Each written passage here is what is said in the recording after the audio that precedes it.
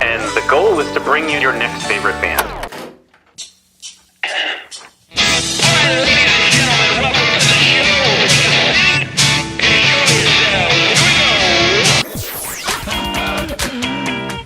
Sweet, that intro is my new favorite band. That's phenomenal. I'm so excited to be on. Yeah. I heard a rumor that you might be able to play that song live today.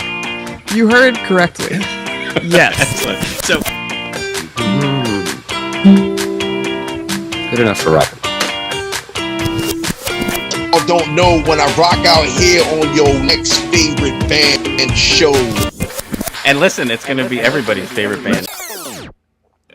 Phil, you weren't supposed to make me get all... God almighty, But this Phil. is why we do it. Like, seriously. I gotta gather myself. All right, go ahead. Okay. Welcome to your next favorite band. That's both the show title and our promise to you. We here at Stereophilia Studio are tireless in our pursuit of finding incredible, genre-defiant artists who are either a hot, up-and-coming band or a group that has been delivering for years but have flown under the radar. Tonight, we analyze, dig deep, and share our own picks for the greatest cover songs of all time as we highlight WXPN's 385 list. Each month, we will bring you live streams, audio podcasts, and perhaps even a live concert where you can listen to the stories and hear the music of artists personally curated by us based on what we feel will be worthy of your time. Be sure to subscribe and tune in to each episode because the possibilities are endless and you never know who will be Your next favorite band. Hello, everybody. Welcome to the show. I am your host, Philip Reese, joined by... Dan Drago. Nate Runkle. And you are listening to... Your Next Favorite. Band. And... Yo, that's my Jawn. And 25 o'clock. How phenomenal is this? Intercontinental once again, gentlemen. Yes. Yeah. We are somehow all sorts of time zones. Yes. You're actually tomorrow, some sort of... It's 10 o'clock, 9 o'clock in the morning now, where I am in beautiful Ma Wan in Hong Kong. Yeah, actually, you gave me a video. Here, take a look. Yeah. This is right out the video. This is right out the window. This is my of Dan terrace. Drago. Right. But the view he has is this.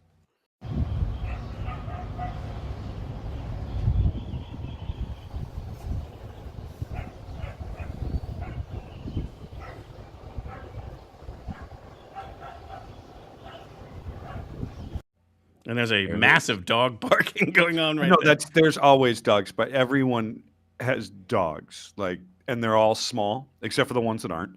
And never a truer word was said. All dogs are small, except for the ones that are not. Except for the non-small ones. Yeah. But no, that's the view outside my terrace right there. That's me looking at the at the bay behind Lantau Island. That's my island of Ma Wan, looking at the village. In real life, it is not as pixely. I like to call it Drago Island. I like to call it Mawan. Sorry, I'm still doing Borat.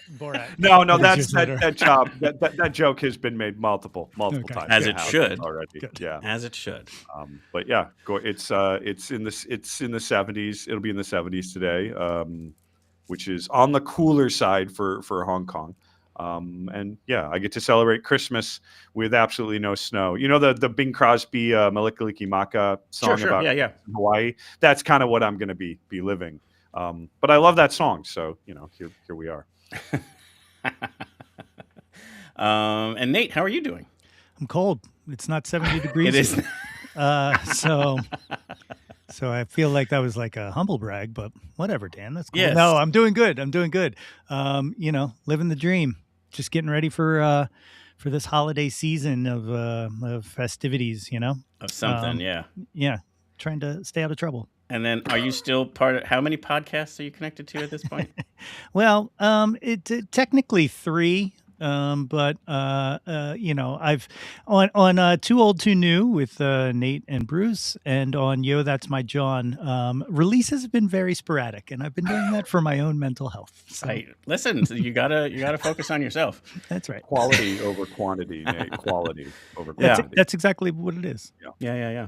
And quick little, I guess this won't even be a humble brag. On our show, Your Next Favorite Band, we did our annual Winter Wonder Jam this past weekend, 4th annual at Godfrey Daniels. And the population of the audience went from, in year one, 20, 35, 50, and this year, over 85 people were jammed into that room. Sold out. We sold out Godfrey Daniels Hell yeah. That's on a amazing. Saturday That's night amazing. in December. Loved When it. everyone's got 900 other things to do. Yeah. Like, no, that's outstanding. I told this to you when I was messaging you privately. I said, you did it. You grew the thing. And that's about how long it takes sometimes to Sure. grow the thing. Yeah. You got to be patient. Yeah, awesome, yeah, yeah. dude. So, It's so cool. yeah, thanks. And I think so now next year I get to say, get your tickets early. We sold out last year. So, but this year the lineup was Brett Cull with a dynamite gaggle of musician humans that he put together. That was amazing. Ray Weston, who is also from Echolin, and then Katie Barbado and Ava Left. They did an amazing lineup of music. Some holidays, some of each one of theirs. They're each songwriters in their own right. Zoe Lemon. So Philly was well represented at the Winter Wonder Jam this year. And then also Doogie Horner was the comedian that kind of kicked everything off. And it was awesome. And it's one of those things where we might just share some highlights. Phil, did you get to meet Simon, who was in the audience? I don't think I did. Okay, so I don't know if you know this or not, but Simon Godfrey of Tiny Fish was in the audience. What? Yeah. He posted some pictures from the show. How fun is that? Yeah. Well, again, I hope I met him. And if not, let's definitely connect at some point. He's an awesome dude. Really awesome dude. And we already have some people chiming in. Hello from Feasterville. Mike Egan was my guest co-host last week on the pre-jam. Oh, hey. So hello, Mike. Thank you for tuning in. If anyone else tuning in, this is going to be a fun episode. I think, Dan, you hit it on the head where you had said we're going to get real nerdy. Oh, it's going to be. That's why I look forward to this. It's just like yes, this is our third year doing this, and this is our second. Did we do it? No, I did it from home last year. Correct. You and I have collabed since I got to Hong Kong. Had the three of us done something? Yeah, we did the festival. We did. We do. Right. Yeah, we do the summer year. Festival banter episode. Yeah. Those things are fun, and they give me something to like feel connected back to home. Absolutely. And I love that we now have these like basically semi-annual collabos.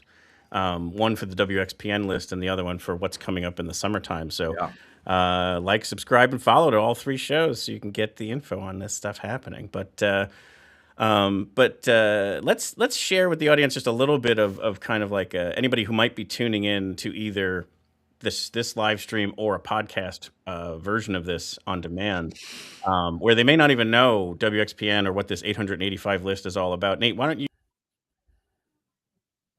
Did I lose you? And then kind of layer in. Oh, there he I'm is. back. We lost you for a second. Oh, sorry about that. Just give a summary of kind of like what this list is and kind of how we get to this point. Yeah, sure. So every year, WXPN 88.5 here in beautiful, freezing Philadelphia does a countdown. Some years it'll just be like an A to Z, but primarily it's usually an 885 song countdown voted on by the listeners of the station. They've done things like greatest songs. They've done greatest songs by women. They've done what was last year's Millennium. The millennium. That's right. Greatest songs of the millennium. They've done albums and stuff like that.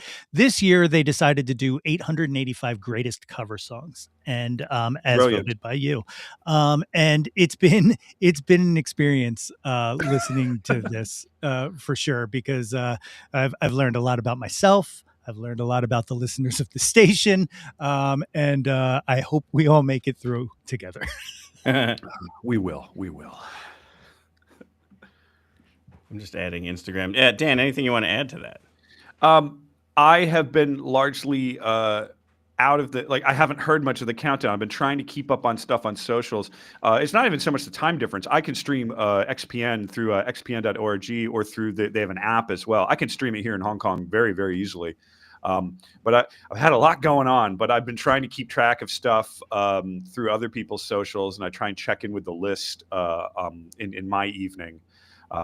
It's a lot of surprises, and I think a lot of things that are probably happening to all the listeners is they'll hear a song and the first thing a lot of people probably say is like, "Oh, I didn't know that was because there are certain covers out there that are so ubiquitous with artists that you associate them. It's like, well, that's clearly theirs. Well, even Nate, some of the ones on your lists, Yeah. when you submitted your top 10, I was like, I didn't know that was a cover. And I think there's elements to that we'll definitely get into. Let me just bring up the WXPN site so that we can kind of share. This is the running list. This was basically, I forwarded it all the way back to 885, which I think it's amazing that the Pointer Sisters were 885. But anyway. You guys want to know a little inside factoid? Do it. We learned this on the most recent episode of Too Old, Too New. I asked Bruce, how many votes does it take to get to be number 885? Oh, I love and this. The answer is 11 votes.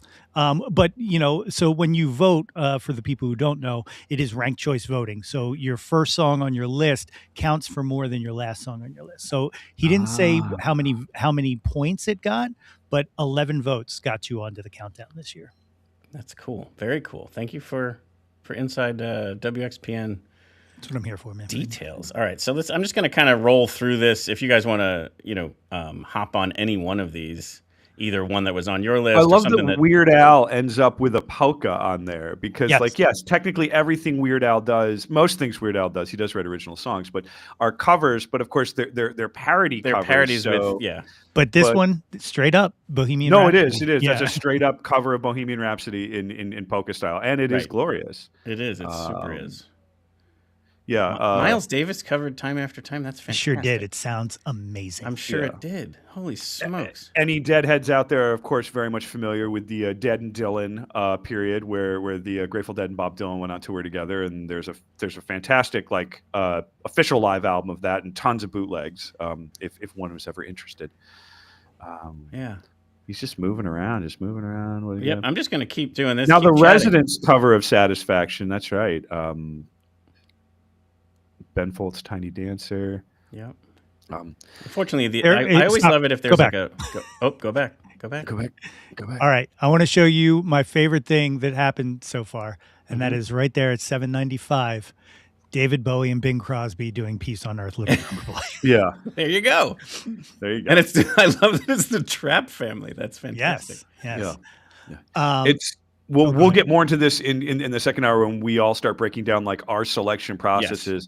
But there are some things I'm already seeing right here where I'm just like, I don't think that should be on the list, not because it's not a great cover, but because we'll get into the reasons That's later. a good point, Dan. wow, So we're going to don't have get some me started. Wow. Well, Ooh, there's we'll one get, of mine, I think we're going to 746. get all of each of us started in that.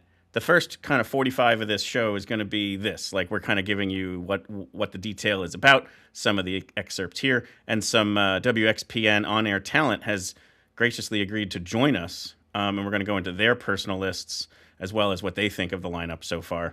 The second half of this show will be where you and all three of us start to share our picks and what we feel like should have been kind of the parameters of what would justify something making the list. Well, let me do a little back selling here and get people ready and excited. Not only are we going to talk about what we think should be the parameters, we're going to talk about the parameters that they created that Sure. they didn't fucking follow. That sounds right. Okay. So there get you go. ready, buckle up. You're in for a ride, my friends. Way to tease my it, gosh. Nate. I do love this, where like the same Anthony cover and Blue song. Lights in a row. That's happened a couple of times. I've seen a couple of like back-to-back ones. I do love that though. Yeah. Anything else jumping out at you here? A little back-to-back Tom Petty in there happened. There we Yep. go. Yep. I love Yola Tango. Any Yola Tango cover I'm into. There's a whole record that they put out called Fake Book that's all covers and all like kind of deep cut catalog stuff for them. It's if you're a Yola Tango fan, you already know about it. But Phil, if you you're want to do not- something for me for our buddy Dan here? I need you to go up, scroll up, Yeah. and I need you to click on Most covered? No. Is top I knew it artists. would be Dylan. Top artists. And I And have I need you to look commentary at on that. Artist by Airtime, my friend, at number 2. Because our friends in Fish only have 5 songs on this countdown. Sure. I was thinking of that. I on purpose included no Fish covers on my list. And Asterisk. no, Fish covers by the band Fish. Yeah. Okay, there's no asterisk right there. Okay, fine. You take your asterisk. I do love, like, I Take would it up never, your asterisk. at this point, I never would have guessed that This Must Be the Place by the Talking Heads would have been the leader in the clubhouse. At this moment. in Blackbird terms of makes some themes to be covered? sense. Yeah. This is the song's most covered on the list. Artists most covered. Again, Dylan I think makes this sense. speaks to Dylan being an amazing songwriter that actually has a terrible voice, and people are like, "Can I please just give me the mic?" And then they just Stones are at 12. Yeah, Stones Same at kind of 12 thing at there. number 5. Yeah. And I have a hot take. Neil about the Young, not a Stones great later. voice either. There And I'm should not be trying more to more Kate Bush covers. Yeah, I'm not trying to poo-poo them. I'm more saying, like, it's kind of like speaking to their brilliance as songwriters, that people are like, I want to put my kind of Okay, number 4. I missed it. The Ramones' "California Sun" was very close to ending up on my list. It's a good one. That's a big song for me. Phil, I just saw your former guest, the Polyphonic Spree, on there. Yes, thank you for that. Yeah. I was so excited to Tell have yourself. Tim DeLauder on there. Hey, look, and there's one of my former guests. There was a little 311 there. I listened to that episode recently. Oh, the Hooters with their cover of "Boys of Summer" by Don Henley. I've had Dave on the show. Yeah, former guests in the howl. He was just recently on John Kim Faye's as well. He was. It's a great interview. It really is.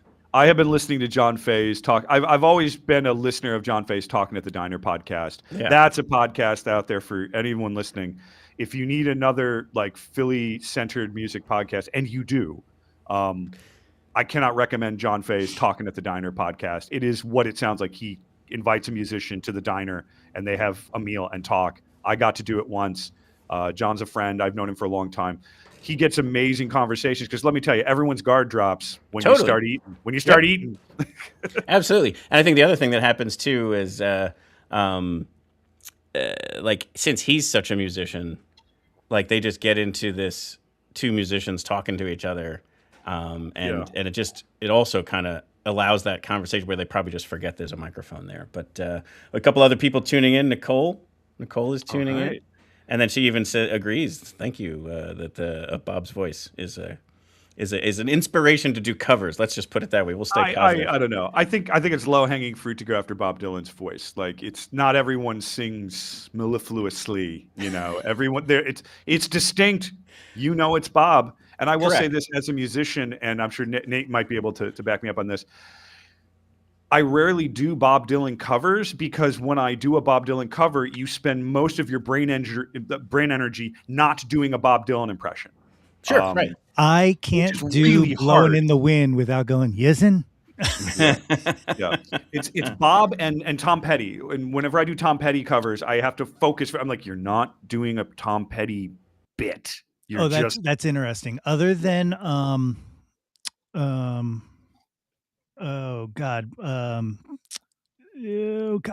Don't Know How It Feels is the only one where I find myself doing a Petty impression, but all the others, like it's kind of in my range, and so it's tough because like those are two singers right there that have very distinctive. I mean, voices very distinctive cadences and turns of phrase, and just the way they do things.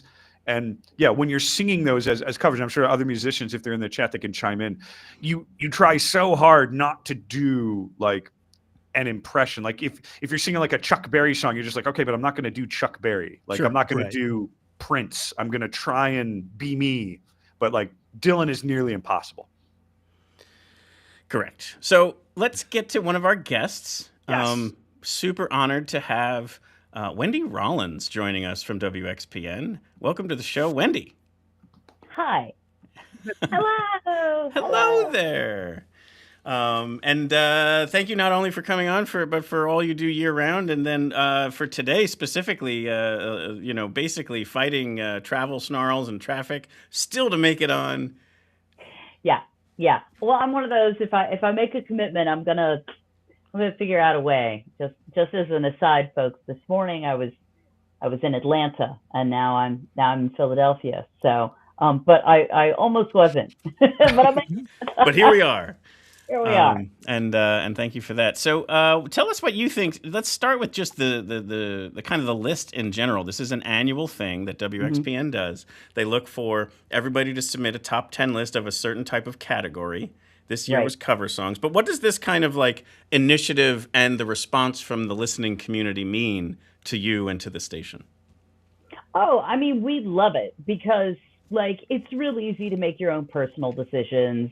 It's really easy to be like, oh, I like this, I don't like that. But like when you're forced to really sit down and narrow it down, I think is when you're like, wait, how much do I really like that song? And then like, do I like it more than this song? We got so many spaces, you know? And likewise, putting everybody else in that mindset, you know, it's really interesting because sometimes things come across that you're like, really? Right. It, you know, it can be a little bit of a tool of research, you know, for radio as well, because you may find things where, yeah, this is done for fun, but it can also be a little educational, if you will. Sure, absolutely. I always find every year, and we'll get into this later on when the three of us are going to arm wrestle over who has the right list, but I always have to come up with a whole extra layer of rules in order for me to cull it down to 10. Because it's always just like, I'm always at about 50 or 60. And then I'm like, all right, I have to self-inflict a rule to say, all right, this is now what would elevate something to the top 10 of my personal opinion. So I agree with you how difficult it is because every year it's like, I think it's so well curated. Like the prompt is so specific enough, yet, you know, not specific to allow you to really kind of encompass the fact that you're going to capture obviously more than 885 songs so that you can have this be this top. So I think that's amazing. So let's bring up your list so that you can kind of talk us through how you maybe did yours. Okay. If you don't mind. Now, I understand there may be a story to this, but if you want to go from 10 to 1, but anyway, how like you kind of came down to the decisions around your top 10. Well, the first thing I'll tell you is I kind of remove a rule for myself in that I'm going to give you a top 10, but I'm not going to give you a top 10 in order because I just, for the love of God, I can't get through it. So you have my top 10 in no specific order. I could give you a 1 if pressed. But that being said, these are my top 10 in no particular order.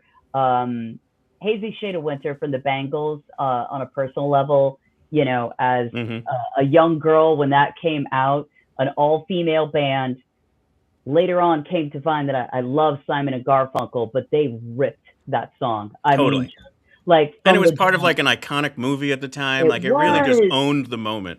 And so for my generation, like there's the attachment right there. Sure. Like as soon as they come with that, I was like, ooh, it's dark. And, you know, and that's kind of like right up my alley. Like if you make something like heavy and dark or just miserably sad, I'm all in. That'll be next year. 885 miserably sad songs. Yeah, I'll be like Radiohead. That's a list I wouldn't be able to whittle down. I would literally have 885 of my own. Same. Maybe we don't do that in December. During sad season. Maybe we find a different time to do it. It's the worst. The Elvis Costello track just. It sounds like the closing credits to everything to me. Like it's the wrap up. I love the way they went with that one. It's the opposite, you know, it's just bright. It's things may have gone wrong, but I'm taking the high road on this. And I love kind of how they brought that levity to that song. The Jack White cover, a lot of people don't know about that one. It was on a soundtrack. It was kind of buried. But I'm a Jack White fan. I'm a U2 fan. And I'm pretty sure when he recorded that one, he was going through a divorce. You can hear in the recording, it sounds really personal. So I feel like that's a great one. That Joe Cocker track is unstoppable. It's on my list too. Yep. Yeah. I would wager that one ends up pretty high on the countdown. Oh, Yeah, I think so. Definitely top 10, if not top 5. Yeah. And as someone a little younger than you and Phil, I grew up watching Wonder Years, so like that was my introduction to the Joe Cocker version. Yeah, and I feel like when that choir hits, like it may as well be every audience member listening to it singing along. You know, I mean, it's just one of those that like everybody feels like they can be a part of that track. He just made it so big. It's a true example too of and I'll talk about this more in the next time. The transformative cover. Correct. Yes. If you didn't even like, it barely follows the original melody. The feel and time, the rhythm is completely different. It is a complete. It's almost completely different song. Mm-hmm. Yeah, and he's likewise so ragged with it in his. Oh, totally. I feel like someone was like, "All right, Joe, we got an idea for you.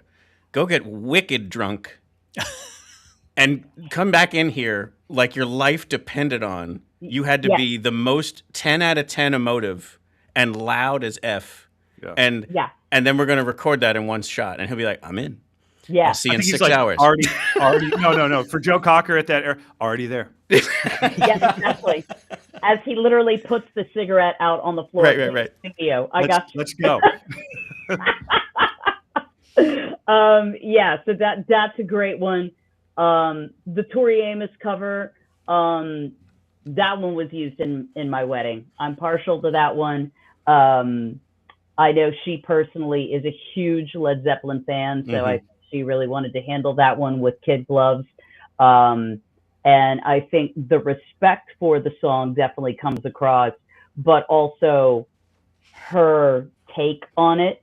I think she was kind of bold enough to like give it its own wings. Sure. So I really love that version.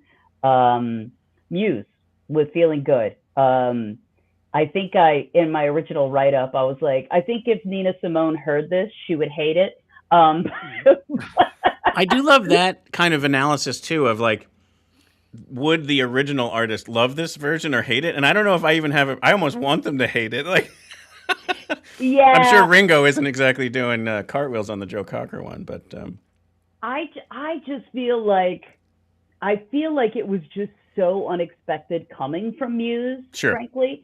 And sometimes I feel like it's great for a band to kind of shout out another artist to their audience and be like, hey, this is a band that we really love. You should check them out too. We're gonna do this track. You should check it out. Yeah, absolutely. I think that's how a lot of us discovered things, was exactly that, with bands even before the internet, when bands would just name check a band in a Rolling Stone interview. I was certainly the kid like running around being like, all right, who, like when Nirvana would like talk about the raincoat, I'm like, all right, who are the Raincoats? And like running around and figuring it out. Yeah. Yes. And that was one of those situations. I mean, I love Nina Simone, but Muse just absolutely turned it on its end. Sometimes I like when an artist stays true to form. Not exactly. I feel like you should spice it up a little bit. But they like going in with full guitars and everything, bold. All along the Watchtower, Jimi Hendrix. I'll admit, I was the kid back in the day that was like, that's not his song. Wait, what? Is that legal? Go ahead. No, I was saying like that's what you could say as a kid. You're like, are they allowed to do that? Yeah. I feel like that song was so synonymous with him that I was just like, wait, I mean, I knew when U2 did it, I was like, oh, okay, yeah, I know. But I thought it was Jimmy's. So an extraordinary performance from him. I think it's one of those that he kind of made his own. And that's a testament to him as an artist.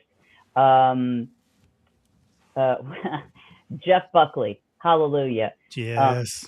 I don't know who's had time to look at the host lists before we did the countdown, before we even started the countdown, the host lists were posted. And of course, being the nosy person that I am, I'm like, what did they write down? Yeah.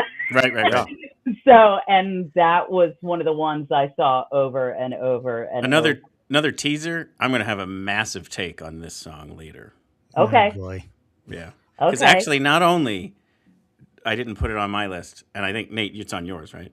Yes. It's, yeah. Oh my God. Yeah. When I posted my list, I had people call me out saying anybody who doesn't include "Hallelujah" by Jeff Buckley is a sus list, and I'm like, Yeah, it's true. Maybe you should tune in and hear my take. Yeah. Well, it's true. No. We'll talk about it later. We'll get there. Well, see, I come from the opposite ground of like, hey, man, if it's not for you, it's not for you. True. I normally do, not on this one though. I only have 10. There's only 10. I only have 10. Like decisions have to be made, but bodies need to be left behind. Like it needs to happen. You got 10 seats on that boat, and that's it. Sorry. Wendy, did you watch the Buckley documentary yet? Yes. I actually did see it in the theater. I was one of those. I'm a hardcore fan. It's in the queue for me. I showed the preview to my family. I was like, we have to watch this because I'm a massive Jeff Buckley fan. So that's the other part we have to like put out on the table first. But anyway, we'll talk about that later. Yeah. I mean, again, I just think I love even the way that song is recorded. The fact that you can hear him cut everything on. It's one of those moments that a pin will drop at any point that you're playing that song. It just has people wrapped with attention. And it's a timeless cut. I feel like I've been in a couple of situations, on the radio where you're like, you have to announce something very heavy or something, 9/11, I was broadcasting. And how do you talk about this? Mm-hmm. What do you like when you come back from news coverage? What's appropriate? Sure, and if you have an artist that can share an emotion like that people can not only emote but feel calmed by at the same time, you're tapping into the good stuff. Yep. And so I feel like that song is something special, not to take away in any way from Leonard Cohen, because his poetry, his lyrics, that's the artistry. Sure, absolutely. Jeff's voice, Leonard's words, and you have to recognize the both. The Sinead O'Connor track is actually a lot of people, not a lot of people, a couple of folks were like, I don't even know what you're talking about. Sinead O'Connor did a cover album, and she had that song on there, but the actual song is titled Success, and it was from Loretta Lynn. And so she kind of did her own take on that.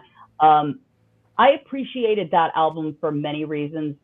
First of all, just like I think it really showcased her. She was doing a lot of these very old songs that I don't think people thought like somebody like Sinead O'Connor would be interested in. And I think it showed her range, her capabilities, and her artistry. But that particular song, there's a lot in the vocals where you will hear rage, you will hear desperation, you will hear sadness. And it just like, it's a really, like, it's storytelling the way she does it. Sure. So that one I love. And The Damned, that song has been covered a million times. There's just something about that particular, I don't know if it's guitar tone. I don't know what it is, but it's just, it's very melancholy. And as I said earlier, like, hey, if you're a sad kid, let me get on that ride.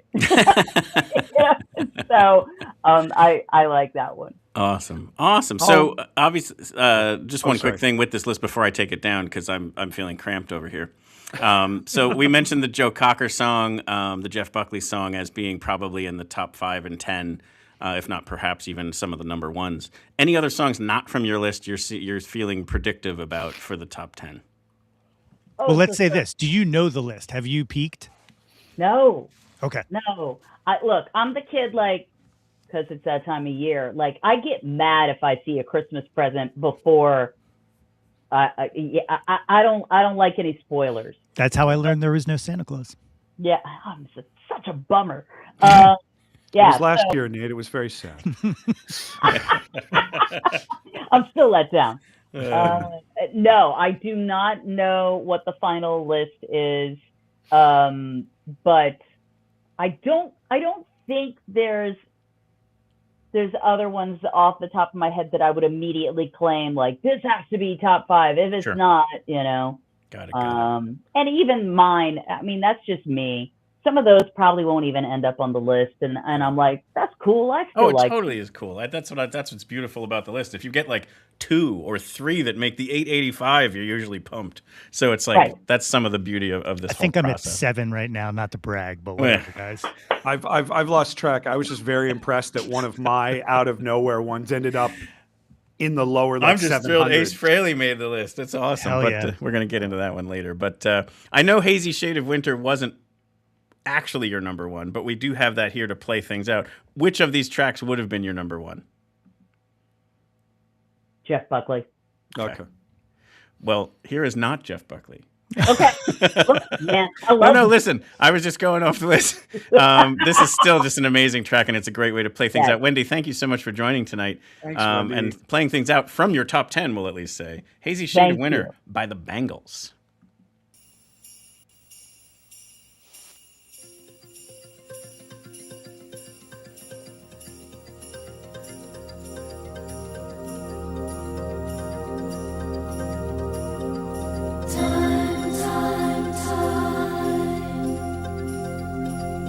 See what's become of me. We used to be a cool society with music videos, man. We fucking didn't know how good we had it. I like the use of sleigh bells. I think it's seasonally appropriate. That's too much. We were supposed to let that play nicely, and you just talked over the top. Oh, of I it. thought we were supposed to talk over thought we it were so the supposed to bots talk. didn't. Yeah, I thought we were supposed to block the bots. So the bots don't take it down. You got about 60 I'm sorry. seconds to just let it fly, but Okay. I'm sorry. and there was Iron Man. People, not There was recognize Iron Man. Robert Oh, Downey yeah. Jr. in his cocaine phase. I'm talking about the movie, of course. Yeah. But incredible track, great pick. Yeah, that's Kind a of good surprised I didn't pick this one too. This would have been right up my alley. And like she said, owned the zeitgeist at the time. Oh yeah. It's such an interesting decision to like turn this song into like to put a guitar riff in that Sure. song, which is like that. Simon and Garfunkel are good for a lot of things. Catchy guitar riffs. I mean, with the exception of like maybe Cecilia or something like that. Doesn't like that's not what you think of with them. But like the Bangles went big, and I don't think get nearly the credit that they deserve for like 1980s rock. Like they went big. Them and the Go-Go's like Totally. really should be much higher up there in the pantheon. Mm-hmm. I wrote a screenplay about a burned out hippie who wanted to be elected as God. He was running a campaign to be God, and one of his traits was that he was addicted to girl groups from the 80s and Bananarama and the Bangles. yeah. and Yeah, stuff there's like lots that. of options. It's lovely. And one of the things that happened in one of the closing scenes was someone turned him on to the Spice Girls, and his whole fucking head exploded. Not like literally exploded, but like he was. No, like, no, oh, it's like Scanners right there. There you Yeah, I go. think it probably should explode. Let's just jump right back to the countdown real quick, just because we were at like 300 and something to keep kind of strolling down this list. See if anything else jumps out before we bring on our next guest. And the Chocolate Drops doing Hit 'em Up Style. That's a goddamn banger right there. Yep, that's a good one. Oh, Nora Jones's Jesus Etc. is a good cover. Have you heard the Margaret Glaspie Nora Jones duet on Jesus Etc.? It just came out on Margaret Glaspie's No. EP. And Great Heart Protector. It's great. that Amy Mann Beatles cover is up there for Yes. me. Totally. That's on the I Am Sam soundtrack, which is like all Beatles covers. Sort of a lackluster movie, didn't quite hit the way they wanted it to hit, but the soundtrack is all Beatles covers, and it's fantastic. Mm-hmm. Thin Lizzy, yeah. We're into the 200s here. Yep. That's right. Most people don't know Los Lobos' most famous song is Richie Valens. Richie I mean, it was Valens. even for the movie about his life. Yeah. So I'm agreeing with you, though, that most people don't know that, but they probably should. Yeah. Let's see here. Things are moving. All right, what are we up to now? Oh man, the Van Halen cover of "Pretty Woman" was when I was learning guitar at the wee old age of 13. My guitar teacher gave me that version to learn how to play the riff instead of the Roy Orbison version. I don't under. Well, it was 1992 or 3, so it makes sense. But to this day, every time I hear that song, I'm like, why did he give me that one? He was challenging you. I think he was just a. I think he was. Oh man, Townes Van Zandt. Oh, we want to talk about sad darkness. Any Townes Van Zandt song, cover or otherwise, but his cover of "Dead Flowers" is really, really good. Yeah, I'm going to say this: Tom Jones' Kiss cover of the Prince song is one of the 2 types of covers that make my list, where it just completely reimagines the whole thing, even if you hate it. Yeah. And so I just think that's I appreciate. It didn't make my list, but I do appreciate that kind of approach to the cover. I want you to take a look right there at the strength of Linda Ronstadt. Yeah, seriously. Yeah. Come through. The Husker Du cover of 8 Miles High almost made my list. And there we are. This is where we are at right now. We're at Where did we 121. Police on My Back. I have a Clash cover on my list. It's not that one, but I went back and forth between like maybe 3 Clash covers because I think the Clash do covers very, very well. Sure, absolutely. I ended up picking a different one about the Police, but I imagine a lot of them were. Yeah. So we're going to bring on guest number 2. Honored to also bring on to the show today from WXPN, Raina Duras. Hello, Raina. Gosh, I'm so far down here. Okay. There you are. How are you? We're good. That's my thumb. There you go. And now we saw your thumbprint. We can basically do like a CSI investigation. Yeah. Raina, is that a University of Pennsylvania barcode on that microphone right there? Yeah, it is. I definitely didn't take this from work. No, definitely not. I think if you work for a radio station and and a couple of things don't end up in your house as a borrowed situation, I think they're going to look at you more suspect than. Yeah, this is all from like COVID when they sent us home to work remotely. Sure. So I just kind of kept it set up this whole time. Yeah, smart. That's absolutely smart. So that it can, you never know when that need to stay from home will happen again. It's true, exactly. Don't put that out there, Phil. God damn it. Phil. It could be any reason. What if I'm waiting could for be like weather related? Sniffles. Delivery. That's the world we live in now. It's a much easier. Yeah, I think I'm gonna work from home today. Anyway, Raina, thanks for joining us. Hey, thanks for having me. Absolutely. So we asked this question before, and I think it would be a fun thing to get your take on it as well. Is what just does this list, this initiative, this kind of like putting this out there, hearing from the community, what does it mean to you, and what does it kind of mean to your show, the station, all that good stuff? I mean, my favorite thing about it is that it's something that like most stations would never do. You end up hearing really weird, awesome stuff.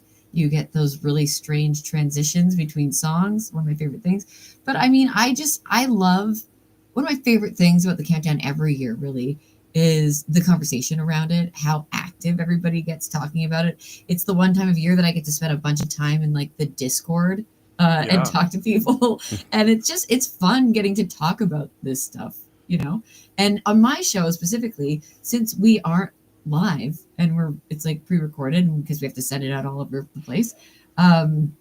This is like a time when I get to sort of engage in that live side of things. Sure, absolutely. People and I get to be on helping with the countdown. And it's just like, I don't know, it's so much fun. It's one of my favorite things we do all year long. It's funny you mentioned the live thing too, because and this is, I swear to God, not me picking favorites and not me just saying this because you're here, but seriously, both you and Kaleo fucking understand the assignment, man. Like thank you you. totally like are dialed in on not just doing your job, but also like you're in the chats, you're hanging out, you're joking, It's and fun. even on the mic. Sure, I mean, like absolutely. you're loving it, and it definitely comes across. It takes me back to my old radio days when I would take like phone calls on air and stuff. Like I love that. And I miss that part. And it's I it's used to the do that energy is so too. much fun. Yeah. Yeah. What I like about what you say about the conversation is that like it reminds at least those of us who care to be reminded of this, that all of you at XPN and all of us who listen to XPN, just like especially those of you who work there, it's your job, it's your profession. But like you guys are there because you're such big music nerds. That's why like you all won the lottery for jobs, where it's just true. like. So when these lists come in and you get to have that fun, good-natured back and forth, like, oh, what's on your list? What's on my list? Like, I don't know. Like, that's kind of like, that's in all our DNA right there. Totally. To like sit around. We would be doing this at a bar, like if you weren't doing this on the radio. Absolutely. I mean, my sister and my brother-in-law who live in Canada, they have like a betting pool going. Listening to love it. XPN. You know, they don't have to listen, but No, they right. are listening. And like it's turned into this thing like now that like when it comes up, they're like, okay, get your lists in. We got to get our lists in. You know, we've got a point system. I was about to say there has to be a tiered point system, almost like Final Four basketball or something like that, where like, and now here's where you get your money and all that. That's got to be Yeah, great. there's a bracket. A bunch is. of people in the chat and we did a fantasy draft last year of songs from the 2000s, and like that got massive. But like I nailed the number one or number two as being number two, Mr. Brightside, and I'm still feeling good about that, but not as good. And I think it might have happened during your set. Do you remember during the A to Z 90s A to Z when Tim shot called when somebody tell me what was the song? Somebody in the chat has to remember what song Tim like down to the minute knew when something was going to play and said it like from the beginning of. Do you remember what I'm talking about? I cannot remember what song it was. Yeah. But I do remember the like, oh my God, there it is. Like, yeah. And back to that point about the Discord and how you're interacting with people, Amanda in the chat says we feel like you're interacting with us and not just talking at us. Oh, well, thank you. I mean, that's how it feels for me too. So I'm happy to hear that. Guys, my cat is meowing to get out of this door. Let him in. Sorry. No, she wants out. Oh, out. Ugh. Go, get out of here. She just meowed to get in right as we were starting. Oh, that's so funny. I knew that would happen. Cats don't do that though, right? They're not. No. Yeah, that's so They're not unlike a this cat. They're usually so stable in their desires. Yeah, and not wanting doors open and closed. They're usually totally fine with that. Exactly. All right, so we just talked about the lists. Here's your list, and then let's have you take us through it. Okay, well, I mean, where do we want to start here? Oh, that's a great Deftones. I'm a huge Deftones fan, Raina. And we're going to bring that one up. Is this in 1 through 10 for you? Like 1 is number 1 and through 10? Yeah, you know, I agonize over the order, and then eventually I get to a point where I'm just like, send. Yeah. Because it might change. I'm done talking about it. I'm done thinking about it. Just you go. know, just I interviewed Chino from Deftones this afternoon. What? It's not out yet, obviously, but I mentioned to him that this was my number breaking one news on the countdown, and he was talking about how much he loves Duran Duran and how fun this song was to cover because it's such a weird song. Because it was from a Duran Duran like tribute album, right? Yeah.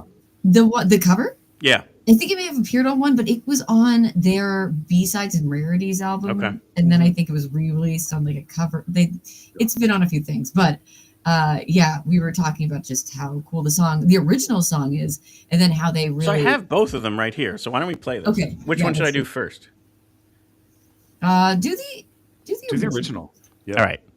So here's the Duran Duran original, The Chauffeur.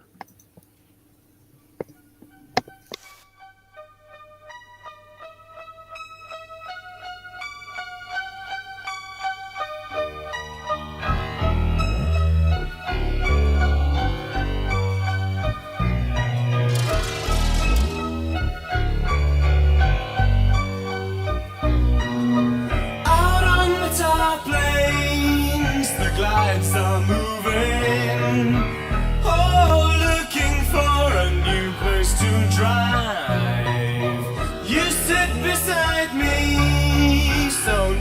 charming.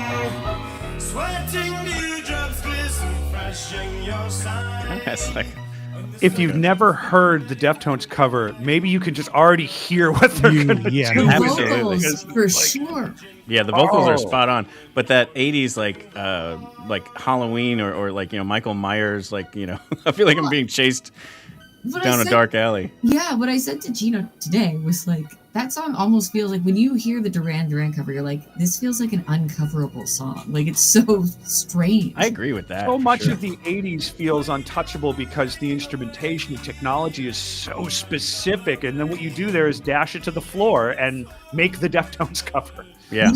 And the Deftones, like, their thing is just these, like, huge layers of sound.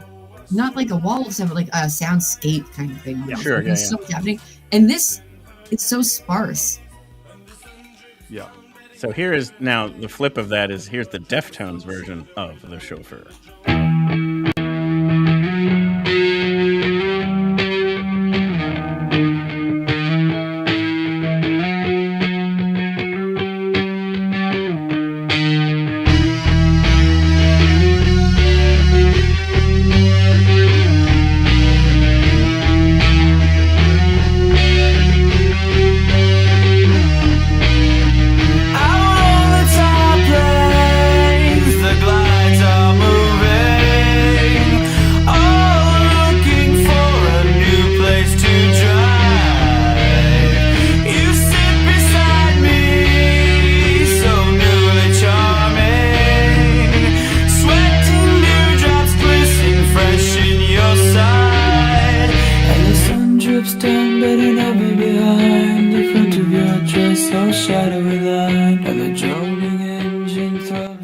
It's just like, thank you for the idea. We're going to take that to where it belongs. Yeah. It's so good. It is really good.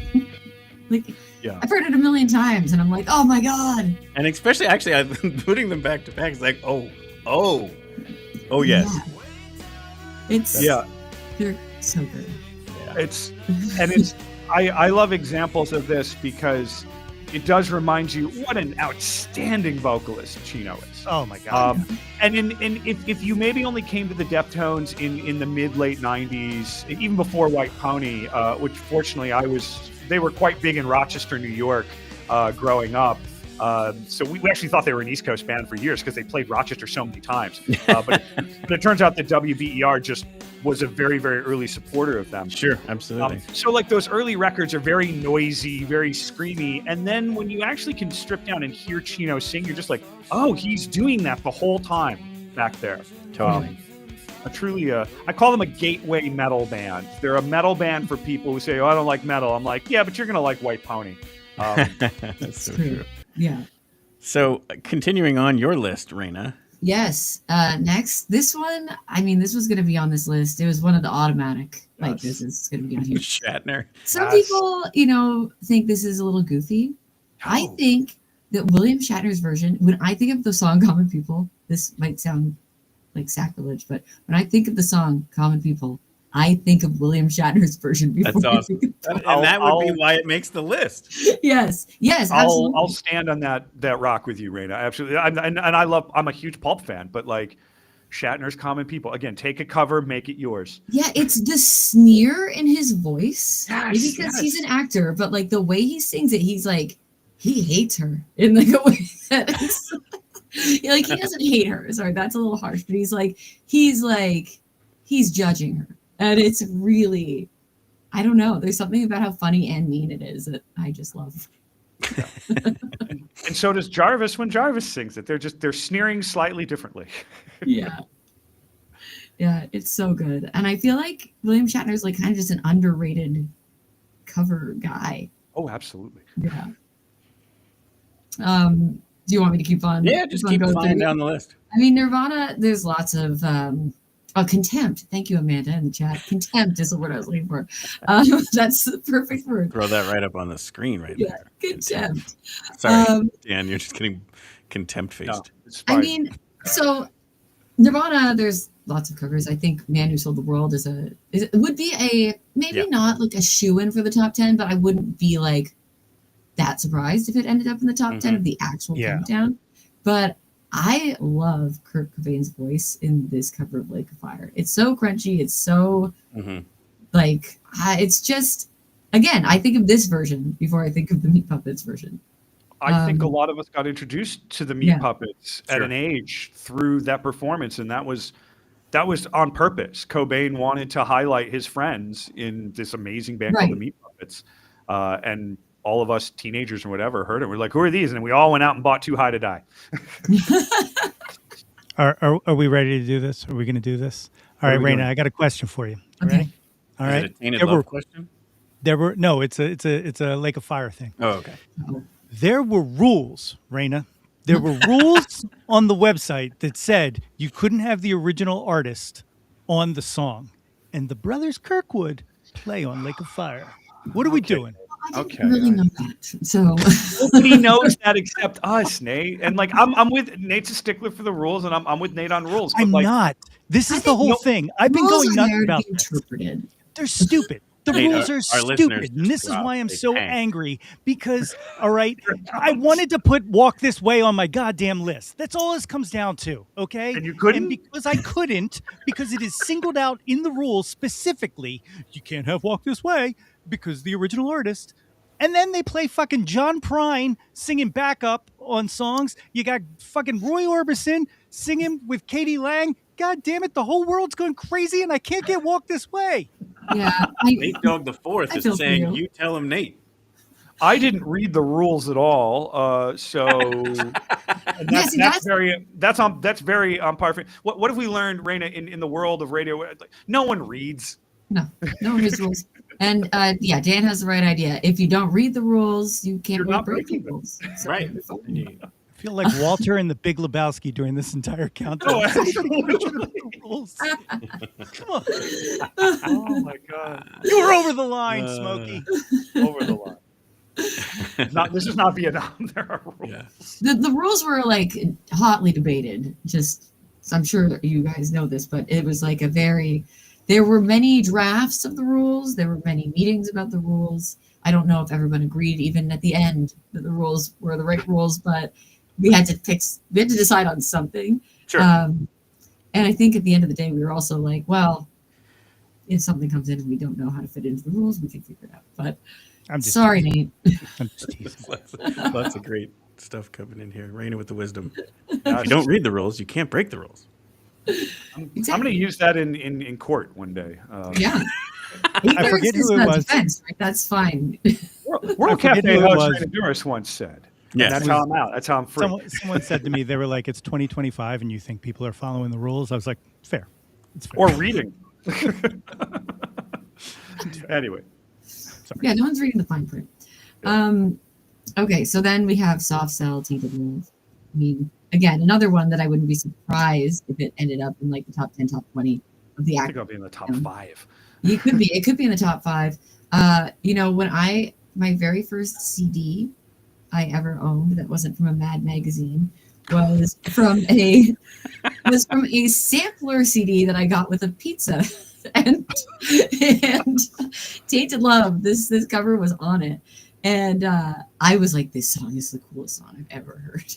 And it's always held a special place for me. I just think, again, it's one of those covers where they made it their own. Gloria Jones, sure, her version's good too, but this one, it feels to me like a Soft Cell song. Yeah, I agree with you. And then we got Mad World. Interestingly, if real heads know that on my list of best songs of all time, a few years ago, I had Tears for Fears, Everybody Wants to Rule the World as my number one song. Wow. And they did not make this list. A cover of them made it. Mad World, totally pared back, very quiet and haunting. And I think probably the first time I heard it was in Donnie Darko. Yep. I think that's the first time anyone. I think movies are the biggest contributor of this whole list. Yeah, I think that is true. There's so many of these as we're going through it. Now that I'm actually talking about it, and I wasn't really thinking about this when I was making this list as clearly, I guess, is that where and how I heard them really helped me make my decisions.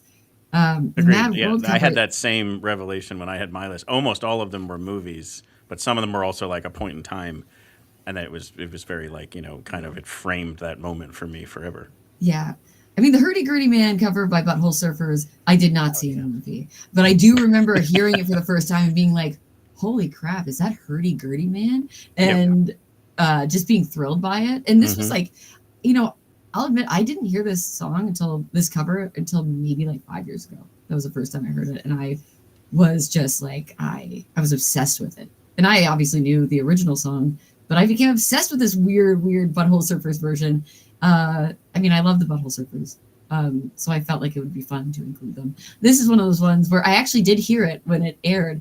I think I turned the radio on like 2 minutes before it played, the morning that it played on the countdown, and I was so excited. But it was pretty low down. It was like 745. But again, made the list. I was surprised it made the list. It counts. Oh yeah. I love this. I love this cover as well, Ray. When I saw this on your list, I was like, oh, right on, because this song, even the original version, is terrifying. Yeah, it is. And you don't realize that until you hear it in the movie Zodiac. When I heard it in the movie Zodiac, I was like,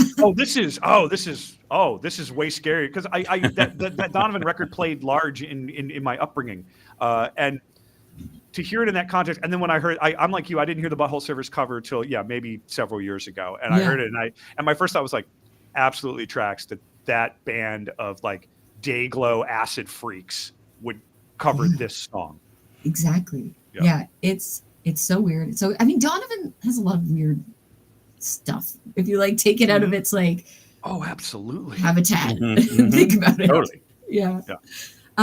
Number 7. This could have been higher, but I decided to put it where it is. Look, when I was in 7th grade, Limp Bizkit was my favorite band. Sure.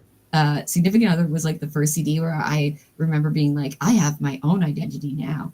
I'm not listening to just my parents' music or like this dance stuff that my friends are listening to. I'm like, I like Limp Bizkit. Yeah. They rock. And Faith, I personally, I prefer this song to its cover to the original, and I love it. Like, I think it's so much fun. When I would see them live this past spring, they played it. I lost my mind. It was awesome. I love when he just starts screaming. It is. It's a wonderful, reckless abandon version. Again, almost like to the Joe Cocker commentary before. They were like, dude, just do like lots of drugs, and then we're going to cover this song. But we're only going to tell you like 5 minutes before we go live. And they're like, okay, let's do it. Yeah, it's great. I got to tell you. Oh, go ahead. No. I was going to say, I know some people in the chat, in the Discord, on Blue Sky, do not agree with me on Faith. No, we've got people here saying, here's Amanda saying she prefers it too. Thank you, Amanda. Amanda, you get me. And then someone did say that you were the one responsible for the whiplash between Faith and I Only Have Eyes for You. I also figured if there was ever going to be a chance of me getting Limp Bizkit on XPN, this was going to be it. I had to do it.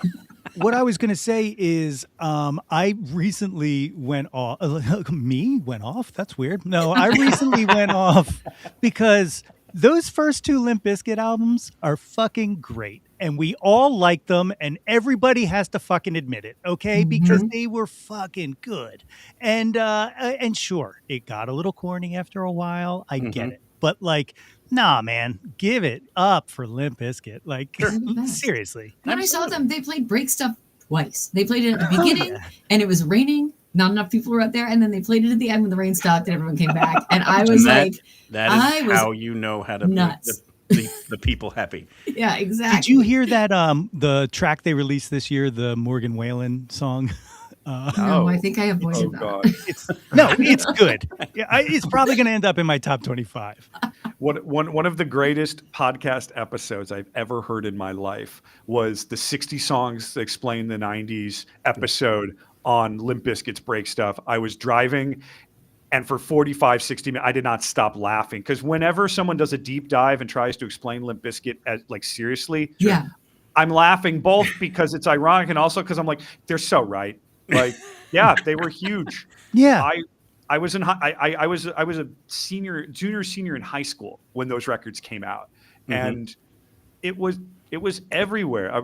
Randy, you and I grew up in different countries, but not that far from each other. Yeah. So like there was something in that Rust Belty flannel. Like we were still wearing flannel, we were still smoking cloves, and Limp Bizkit was on the radio. It was awesome, and it was so dumb. Like if you go back and listen to those, like those records are great, but like all the songs are just like, I'm having a bad day, you owe me money. Like it's so stupid, and it's awesome. It was perfect for the age group. They knew their demographic. Yeah, exactly. I bought and lost a red Yankees hat just to go to that show. My favorite comment I've heard was that I can't believe someone did worse damage for the red baseball hat than Fred Durst. Yeah. Oh, that's true. Yeah. That is pretty funny. Okay, so next. Yeah, Lucy, Pursuit of Happiness. This cover is gorgeous. I love the live. It's the live cover. I don't even know if there is not a non-live cover, but the live cover is beautiful. She takes the song and completely transforms it. I love the original song, actually. I think it's fun. But like you hear it in a completely different way. Like she fills it with like this like yearning and like it's beautiful when Lucy does it. Again, another cover that I first saw in a movie. There's a movie by a Canadian filmmaker named Matt Johnson, and it's called The Dirties. And there's a scene where they're riding a bike, and this cover came on, and I was like, "Oh my god, what is that? Like, who is that?" And I went and found it, and it's just, I love it. And then we have Log Driver's Waltz. So this is one for the Canadians out there. Nice. So Log Driver's Waltz. I'm not even sure who originally wrote this. I probably should have checked that. But it's like kind of like a folk song. Actually, I think it's it could be the McGarrigles who did it. But there was a cartoon that went with it that we saw when we were kids in Canada. Wade Hemsworth. Oh, was it? Wait, who wrote it? That's who wrote it. I think maybe it was performed by... Written and composed by Wade Hemsworth. And again, it's on the internet, so it has to be right. Right. The performance, though, that goes with like the film that like the cartoon film that like I feel like every Canadian child was mandated to watch at some point. I feel like it may have been one of the McGarrigles or both. Yeah, Kate and Anna both. Yeah. Okay. Yeah, and the animated adaptation. Yeah, and it's basically a song about wanting to marry a log driver. And float away with him instead of what your parents want you to do, which is like marry a doctor or a lawyer. And this cover is done by the Hidden Cameras, and the singer of the Hidden Cameras is gay, and he doesn't change the genders in the song, and it turns it into this like really, especially because it's a song we all kind of grew up hearing. It kind of turns it a little bit, and it just becomes like this really beautiful kind of love song in a way that feels like a real song when he sings it. If you don't know the Log Driver's Waltz, go watch the cartoon. It's so cute. And then go listen to this cover because it rocks. And then my last one, and this I think is going to be way up there on the XPN one too. I think this is like one where the Venn diagram overlaps. Charles Bradley changes. I still like get teary-eyed when I hear him sing this song. I've seen him do it in person. I've seen him. I've listened to it a million times on the radio and played it on the radio, and it's still just gets you. It gets you. He's got one of those voices. Just he has it. Yeah, I think a lot of Sabbath covers end up sometimes eclipsing the original versions of Sabbath because Sabbath is such a formula. And anyone who just steps outside that box and does a little something different and changes is like it changes a Sabbath ballad, which didn't always land the best. But when someone like when the Screaming Eagle Assault does it, then it's just you listen, you're just like, it's yours now. It's like when Bob Dylan. Yeah, it's like when Dylan said to Hendrix, "Oh, I think Watchtower's yours now." Like, I feel like Sabbath just turned to Charles Bradley, like, we're done. That was also said of the #1 song on my list, but we'll get to that in a little bit. Oh, okay. Yeah. Oh, now I'm really curious. Yeah.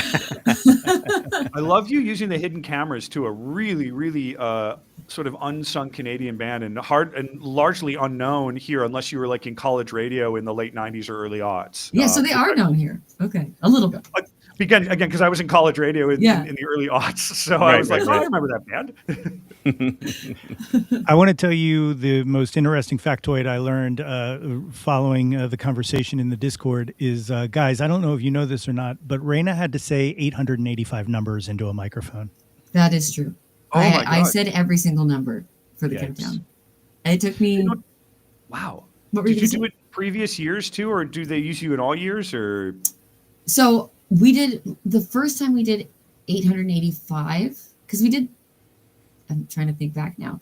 In 2020, we did the 2020 greatest albums, and then I think we did. I'm trying to remember now, but whenever we started doing 885 again, that was the year they asked me to read all the numbers, and it took hours. Yeah, better part of a day. Yeah, it was. I think I had to split it up into 2 days because by the end of the first, like, What third, number am I on? my face hurt. My face was hurting. I was like, and then also, which was weird, was after I sent them in to. You should have done a shot after each one, and then as you passed out, that's where you stopped. I would be dead. And then she went and did Joe Cocker's version of "Will Help My Friends," and it was amazing. Why is 756 so slurred? But once you start doing that for a while, you kind of go into like a trance. Yes, I did miss a few numbers, which was weird. Like when I sent them in, they were like, "Hey, you missed like 668." Or like I would just keep. I think I would have just gotten rapid fire after a while, but like 510, 512, 515. Well, and here's the like other an thing. auctioneer, just start firing them off. I gave them 2 takes of each one. Oh my God! I wanted them to have options. 1770. Yeah. So it'd be like that was like 545, 545, 545, and it'd be like It two sounds different just ways like of the reading. radio. Oh my gosh, that's so great! Hey, you sound So just you're like not Raina. AI. That's amazing. It's never going to be AI. I promise. It's amazing. Oh my gosh. Well, Raina, thank you so much Someone for. has to do it. That is true. Someone has to do it.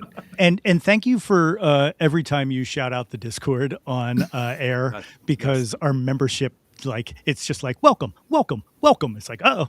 Oh, I'm so glad. And then Nicole and Amanda, who are in the chat, are the other 2 mods in there. And I normally will try to send a message out like, oh my God, keep an eye out. There's randos coming in. Oh, that's awesome. I'm so glad. It's so fun. And thanks for, setting that up and moderating it and doing all of that. Like, it's so cool. And I feel like, we talk a lot about how social media has changed and how it's gotten harder to do that real-time communication with people, like with listeners. And it's such a great solution to let us all talk to each other, especially during stuff like this. This is super cool. And then this thing wraps up tomorrow, right? It does. I'm on from 2 to 4. I think that I start getting into the hundreds, or like the higher hundreds, or maybe even higher than that. I can't remember. I have to look and do my prep. But yeah, we're wrapping up tomorrow. So It's everybody's got exciting. to tune in. Yes, please do. and see who reigns victorious in the top 10. But yeah, thank you, Raina, for, and again, such incredible interviews that you do too. For the Weird Al Yankovic interview is still one of my favorites, and you've had a bunch of great ones recently too. It's just incredible. Yeah, it has been really wild this year. It's been busy and great, and I feel very lucky. I got a guest to put on your radar, and he's coming to town in January. Okay, I'm writing it down. Roddy Bottom from Faith No More and Imperial Teen just released a memoir called The Royal We, and I literally picked it up to read it and then finished it in one sitting because I could not put it down. I got to read that. Wow. I'm a huge Faith No More fan. Okay. Yeah, check it out. Yeah, it's great. It's absolutely Awesome. great. I will check it out. I feel like I don't read enough music memoirs. I just read Nico Case's before I interviewed her. Isn't it It's like beautiful? one of the most beautiful books I've ever read. I bought it for 2 different people for Christmas. Yeah. Wow. I cried. Like there's crying moments. Like in 3 that book. times. Yeah. Oh my gosh. And I'm such a huge, and she's like honorary Canadian, and like, you know, she's one of those people that like her music has been in so many different places of my adult life that like to read her story, I was just like, oh God, I have to lie down. Yeah, and her writing, it's like her writing in prose is so much like her lyric writing, where it's like these nature metaphors that are. Go read it, everybody. Oh Go my get gosh. that. We could do a whole episode on the Good book. holiday present. If you're giving away presents at this time of year, it might be a good idea for that. Too. We'll start a book club in the Discord. There you go. I'll start the channel. That would actually That's a good idea. That would be outstanding. Yeah. Actually, phenomenal idea. Well, Nate Raina, needs thank more you things to again do. for hopping on tonight. Thanks, Raina. This was awesome. Thank you for Thank your you. list, and can't wait to tune in tomorrow to see where things land. Same here. I actually haven't read it all yet, so I don't know what's happening. I'm excited to find out. Love it, love it, love it. Cool. Thank you so much, Raina. Thanks, guys. Bye. So there's Raina Duras. And then people are also saying good call with the book club, Nate. It's on you, Nicole. You can run it. You can run it like you run album of the week. Thanks for the rec. Love Nico. All right, so this is where we're going to transition to. We'll get into our picks. Everyone loved this lineup. We're going to do this one. We talked about this beforehand, and everyone hated it, but I knew I needed to bring it up at some point. It does look like something out of like either the Rat Pack or a Steven. What was that guy who did like Ocean's 11? It just seems like it would be like. But now we're going to go through ours. We're going to have to cut it a little bit because we're already well into this. So let's just talk about our top number ones, and then we'll see if we can maybe close things out with one additional. But Nate, before we bring up your list, or any of our lists for that matter, talk to us about your number one, and then I'm going to play it here. Who, me? Okay. Yeah. So my number one, actually. 3.0. Yeah, that me. Oh, okay. That Nate. My number one actually is not readily known as a cover. It is Harry Nilsson's Without You. And it actually played today at number 143. And then Lenny Kravitz's American Woman played after that, which is just the most criminal fucking thing I've ever heard in my life. And shut down the fucking countdown, you dumb listeners. You don't know what you're listening to. Wow. Anyway, Nate, sorry. I'm fucking angry about it. Anyway, so it's not even a good cover. Like American Woman, get out of here. I will agree with you. That is exactly where I don't want my cover songs. No, we'll talk about that in a second. Out of here with this garbage. Anyway, so Without You, Harry Nilsson. Harry Nilsson was a favorite of my dad's. One of my dad's favorite albums was Nilsson Schmielsen. It's how I got. I mean, like my dad used to wake me up every day singing Gotta Get Up, and he can't sing, so I would just hear him like Harry Nilsson is baked into my soul. All right, Harry Nilsson wrote for the Monkees. I'm a big Monkees fan. Mm-hmm. Like there's just Harry is in my life, and Without You is like one of the most beautiful, haunting, epic songs ever written. And one of the craziest things about it is that it's a cover of a very shitty Badfinger song. Well, here I got both of them, so let's play some Harry Nilsson first. Do you want to give it like a good radio intro? Hey, ladies and gentlemen, coming up right next on this one, this is Harry Nilsson. Wait, are you playing Harry first? Or yeah. Okay. Coming up right now on your next favorite band, this is Harry Nilsson with Without You.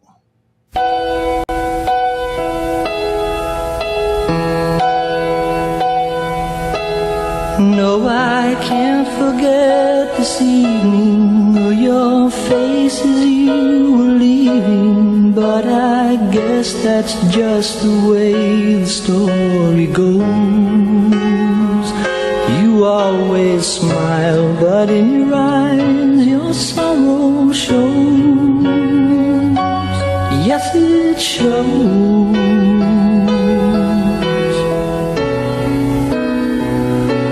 No, I can't forget tomorrow. So this is one of the ones that I didn't recognize on title, and then when I played it, I was like, "Oh yeah, I know like, this one." Of course, I know this song. Yeah, right. My so, mom like, and dad and whatnot, and yeah, like so they have a when you submit your ballots for the countdown, you have to like kind of talk about your number one. And one of the things I said in my thing, like I wrote a whole bunch because I'm a very verbose person, but one of the things I said is like the original is so incredibly forgettable. But an absolute master like Harry can take it and it becomes like something ethereal, and the emotion in the crescendo of this song when Harry starts screaming is just.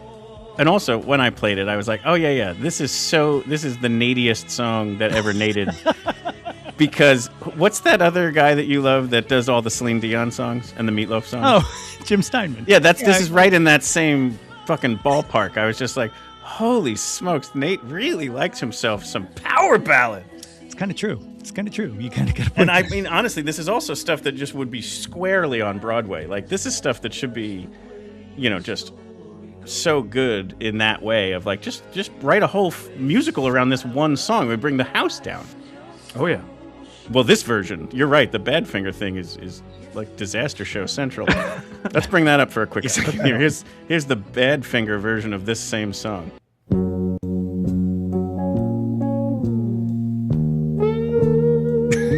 It's like they couldn't even be bothered. That is the worst bass recording I think I've ever heard. And I think it's remastered. Well, I can't forget this evening and your I mean, he's a great singer, don't get me wrong, but this is, I mean, it's almost comically not where the other one landed. And I think we have a bunch of those on our lists where, as we started going through it, I'm like, wait, what? Like, the original is in this. I don't even know how the person who covered it even conceived of where it could have gotten to. Like, at least the Duran Duran song was solid, and then the Deftones made it exceptional. These are in this, like, why would you ever think you would want to cover this song? I can see what about this song would have appealed to Harry, because it moves, it does crescendo. They do. We're shitting on the song at the beginning because the beginning of the song starts very badly, but as it moves into the chorus and everything, here we go. No. But it's. I imagine Harry heard that and said like, no, let me do that right. Well, it's kind of like the way I was referencing the Bob Dylan stuff, where it would be like, all right, I see where you were going. You're a genius, but you can't sing where this song needs to get to. Let me cover it for you. And I think that's why he's so voluminous on the list as far as the amount of times he's been covered. Well, what's funny about the Badfinger version is the Badfinger version sounds like the bad cover of Harry. Yes, yes. Yeah. That would be like when you'd be like, "Oh, what did you do? You ruined the song." But wait, no, you're the writer of the song. But just in the sake of time here, Dan, let's switch to your list. Let's talk about your number one. My number one is Devo's cover of the Rolling Stones. I Can't Get No Satisfaction. I remember where I was the first time I heard this song. They played it on within a few weeks. Actually, there were two main occurrences of this song. They played it on WBER in Rochester. It was just randomly on, and I just remember sitting there thinking, like, what is happening? Right here. The whole drum beat of everything, and the way that Mark sings it, and you're just like, what is happening? So I'm going to do this one a little in reverse, just for the sake of. Just to remind people, a lot of people are going to know the Rolling Stones, I Can't Get No Satisfaction. Let's just remind you what that one sounds like, and then we'll bring it to Devo. I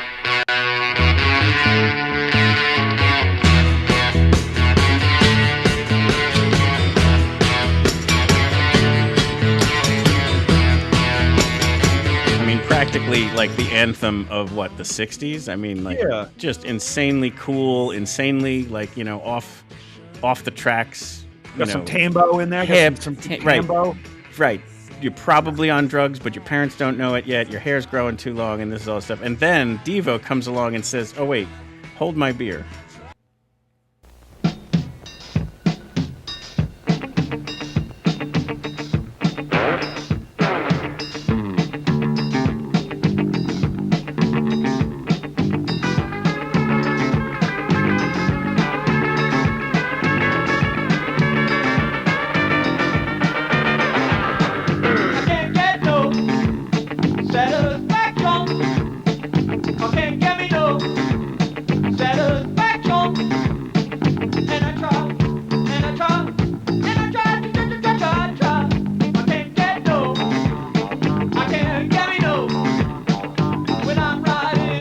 Caught up in the sheer genius of this.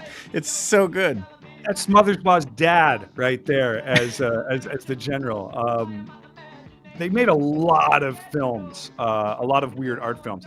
The version of this song, the first time I heard it, it was one of the many. I've said this so many times on my show and on other shows. It was one of those moments for me where I'm like, oh, I didn't know you could do that. Right. I didn't know you could take a beloved anthem like Satisfaction by the Stones with a killer guitar riff and great vocals and be like, what if we threw it on the floor and glued it back together? Kind of like that guy's guitar, wrong. like tape it back together with electric tape. Well, so much of the sound of Devo were things that they created themselves because like those things didn't exist. Right. Like, you know, like those instruments didn't exist. And then I remember a few weeks later seeing some like best of Saturday Night Live compilation on TV or on a video or something like that. 25th anniversary. That's what I was just gonna say. Is when well, no, this would have been in so 25th anniversary would have been in 25 years ago.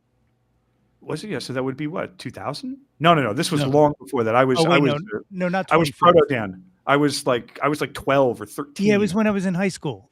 But it came on like I caught a clip of Devo doing that because I didn't know what they looked like. At that point, I knew two things about Devo. I knew Whip It and I knew this weird Satisfaction cover. And then I saw what they looked like on TV, and I was just like, again, I didn't know you could do that. I didn't know you could be such a like typical like science club looking nerd. Yep. And be a punk. Like I didn't know that at the time because no one was telling me that. And I think I went out later. I bought Greatest Hits and Greatest Misses by Devo, and I was in. I was a Devo head for the rest of my life. So Ross would like to know if that was the direct inspiration for the finale of Revenge of the Nerds. It has to be, yeah, 10,000%. Yeah. Because like Devo, and I've just recently, I finally got around to watching the Devo documentary that's on streaming. I highly recommend it for anyone who even has a passing interest in Devo because they were next level. And they totally were. Because you can even tell they're not just effing with it because they're knuckleheads. They actually know what the hell they're doing, and they're homaging it in their way. But they're like, what if we turn this into like that weird? So much of Devo very well could have been a college like Dadaist performance art project. Absolutely, except that it ended up being a band that just happened to get signed. It was, you know, like at times, unfortunately to them, that they were given that, you know, that they had so much success with a song like Whip It, and then had to spend the rest of they weren't into making commercial music. They were more like the Residents than they were like anything else. 100%. But yeah, that song, like to me, when I think of covers and transformative covers and like things, you're just like, oh God, like Devo's Satisfaction. And if that's not in the top 10 for XPN, then we've all done it wrong. Something's wrong, yeah. And I think something is rotten in Denmark. I'm just going to go right into it here. I decided to go with Johnny Cash's cover of Hurt.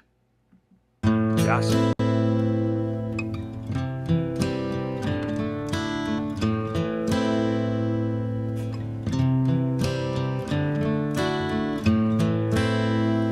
I hurt myself today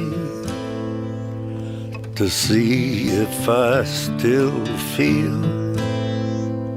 I focus on the pain, the only thing that's real. The needle tears a hole. So I was familiar enough I was a big fan of Nine Inch Nails. And so when this came out, this is again where I think the testament up to why it would be perhaps the best cover of all time was done so well that I thought it was an original and not a cover of a song that I was arguably familiar with. Oh, you already knew it. Yeah. Because it was so unique and different. It's not so different if you go back. I do have it here to play, but like it's just, he just owned it. Like it was just his. And again, Trent Reznor does have that same quote we were talking about before where he just said, that's Johnny's song now. Yep. But really love it. I think too there's an element to, I read some people's kind of reviews of both of them, and there was an element to some people's take on it where just the age in Johnny Cash's voice brings a whole other kind of journey, and you know the story that you your filling in the blanks of this song is just so much more powerful because of the wisdom and the age of the person who's singing that he's conveying just with his voice. So this whole American recording series that he did with Rick Rubin is like, if you have to go out as an American icon, let those kind of recordings be the last thing you ever do. Yeah. His cover of there's a Tom Petty cover. There's a bunch of covers on those recordings. And I mean, the Heartbreakers are largely the backing band, I think, on the first American Recordings album. Flea's on it. I remember hearing a story of him where he was just like, he couldn't do it right because he was in a room with Johnny Cash. But yeah, that's an amazing cover. I remember when I heard it the first time, you thinking like, oh, this makes sense. I for the first time, I had never heard it before, but his cover of, it was an outtake from the sessions. His cover of Cat Stevens' Father and Son with Fiona Apple played on the countdown the other day, and I literally had to shut the door of my office because I was bawling my eyes out. Yeah, it's fucking beautiful. So I think that song should be in the top 10, or at least be up there. Oh, top 3. Like I legitimately believe that if not number 1, like I legitimately believe that it's going to come down to like Hallelujah, Hurt, and All Along the Watchtower. Yeah, I could see that. I think we mark it right now. We mark Nate's words right now. Yeah, and nice. Yeah. Mark it, dude. Yeah. So Dan, I'm gonna bring up your list. Let's rip through it, and then we'll laser in on one extra one. Yeah. So other than Devo, just take us quickly through it, and if you do, can kind of pick, like just layer in there maybe how you decided to kind of cull it down. Oh god. Okay, so we'll rip it. I had a different Clash cover. They ended on "Police on My Back," which is a phenomenal cover. I did "Police and Thieves." It's a cover of a Junior Mervyn song. It's an old reggae tune. They did it again in their way. It's very sparse, very very sharp on the beat. It's a great cover. The Sunday's Wild Horses. That song has been just in my head since the first time I heard it. Again on WBER in Rochester. The Pixies cover of Head On, which is on their final album of Real Pixies albums. I'll say it. That's on Trompe Le Monde. That's a cover of Jesus and Mary Chain. Oh, neat! Phenomenal song. Played today. 180. Oh, did it really? Yeah, 180. Great song. Yeah. The Man Who Sold the World. Look, I'm 45, and so when Nirvana Unplugged came out, I was in high school. I was in middle school, and it was a huge record. Yep. And I was familiar with this Bowie song because I'd heard it before, but it's a haunting song on the Bowie album, and it's even more haunting on the Nirvana Unplugged record. Faith No More is easy. This is my one. I've talked about transformative covers this whole show. This is my one where I'm like, except when you don't. Yeah. So I was the same way. That's the reason why it didn't make my list, because it wasn't transformative enough. I made it because a band like Faith No More, at the time that they recorded this song, talk about out of left field. And like totally. We talked with Raina about how great a singer Chino is. We all knew that Mike Patton could do the vocal calisthenics that he could do. But for him to just nail in a 100% on the note cover of a Commodore song. Yep. And you look up and you're just like, oh, of course this guy loves R&B. Like, this guy probably loves R&B more than he loves art metal. Like, so off you go. Sort of in conjunction with Phil's number one cover, I think Nine Inch Nails' cover of Dead Souls, which is a Joy Division song, on the Crow soundtrack. And everyone my age is just like, a little part of your heart just went pitter-patter when I said the Crow soundtrack. Yep. One of the greatest soundtracks ever to exist. 100%. And Dead Souls was 353, by the way. Great. This song, I a lot of the ones on my list ended up being songs that I felt were, if not superior, like hit something that maybe even the original version didn't hit. And I think Nine Inch Nails' cover of Dead Souls is superior to the Joy Division version. Mm-hmm. REM's Superman. Most people don't know that's a cover. Yep. I at times forget the name of the original band that did it. The Click, but REM made it their own. And also, I love this one is because Mike Mills has a lot of the lead vocal Mhm. on it, and Mike Mills is like one of the greatest not secret weapons of REM. Not secret.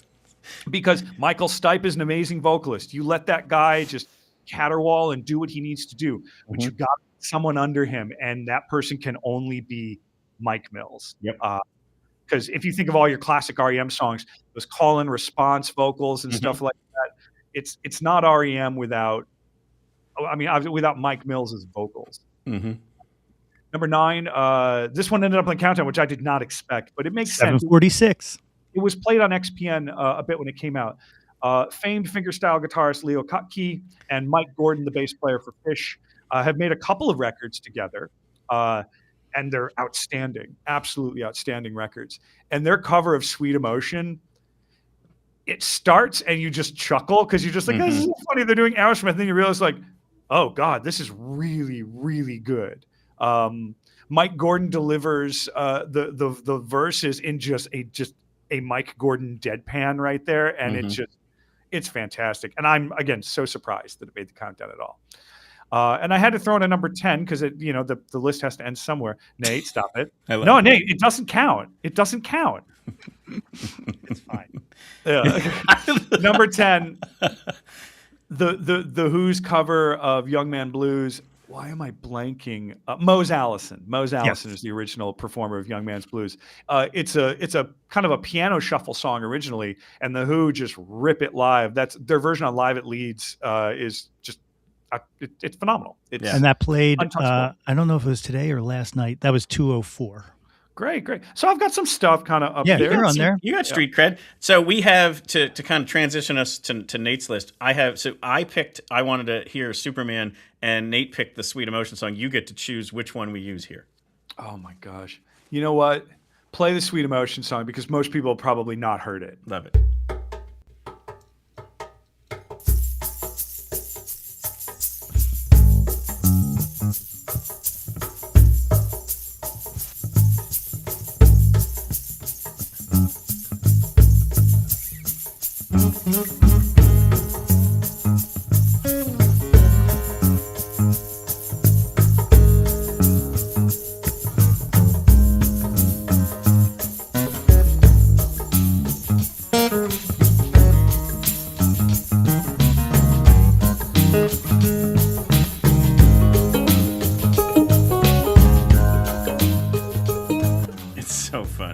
It's a great opening. When they start singing too, it's just like, because you'll listen to this and be like, what is this? Just a general sort of rootsy, jangly opening. Yeah, kind of like start going, like bluegrass version of Sweet Emotion or something. Well, no, you might not even if you don't know the song title, you're just like, all right, what are they doing here? This is a good groove. And then when they start singing, which will be 3 to 4 minutes from now. I was gonna say we won't make it.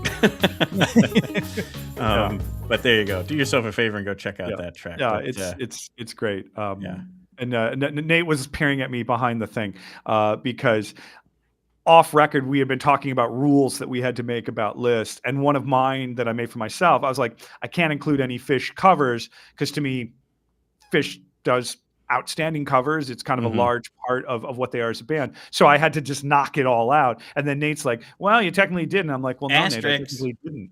I didn't, because that's not Fish. That is Mike Gordon doing a different endeavor with famed folk fingerstyle guitarist Leo Kutke. That's fine. He can sleep well at night on that one, Nate. Oh, I sleep fine. And we'll bring up your list, Nate. We obviously already know your number 1. Take it. And number 2, should we have the Hallelujah conversation? Yeah, do that, and then I'll go through the list. So one of my rules was just simply that it needed to be the best version. With no Hallelujah.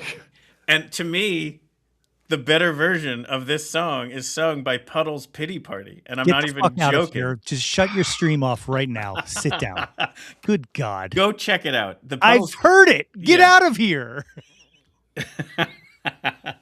No, and I listen, I do love Jeff Buckley, and I do love that version, but it's almost too covered for me. Like it's not unique enough, and it's not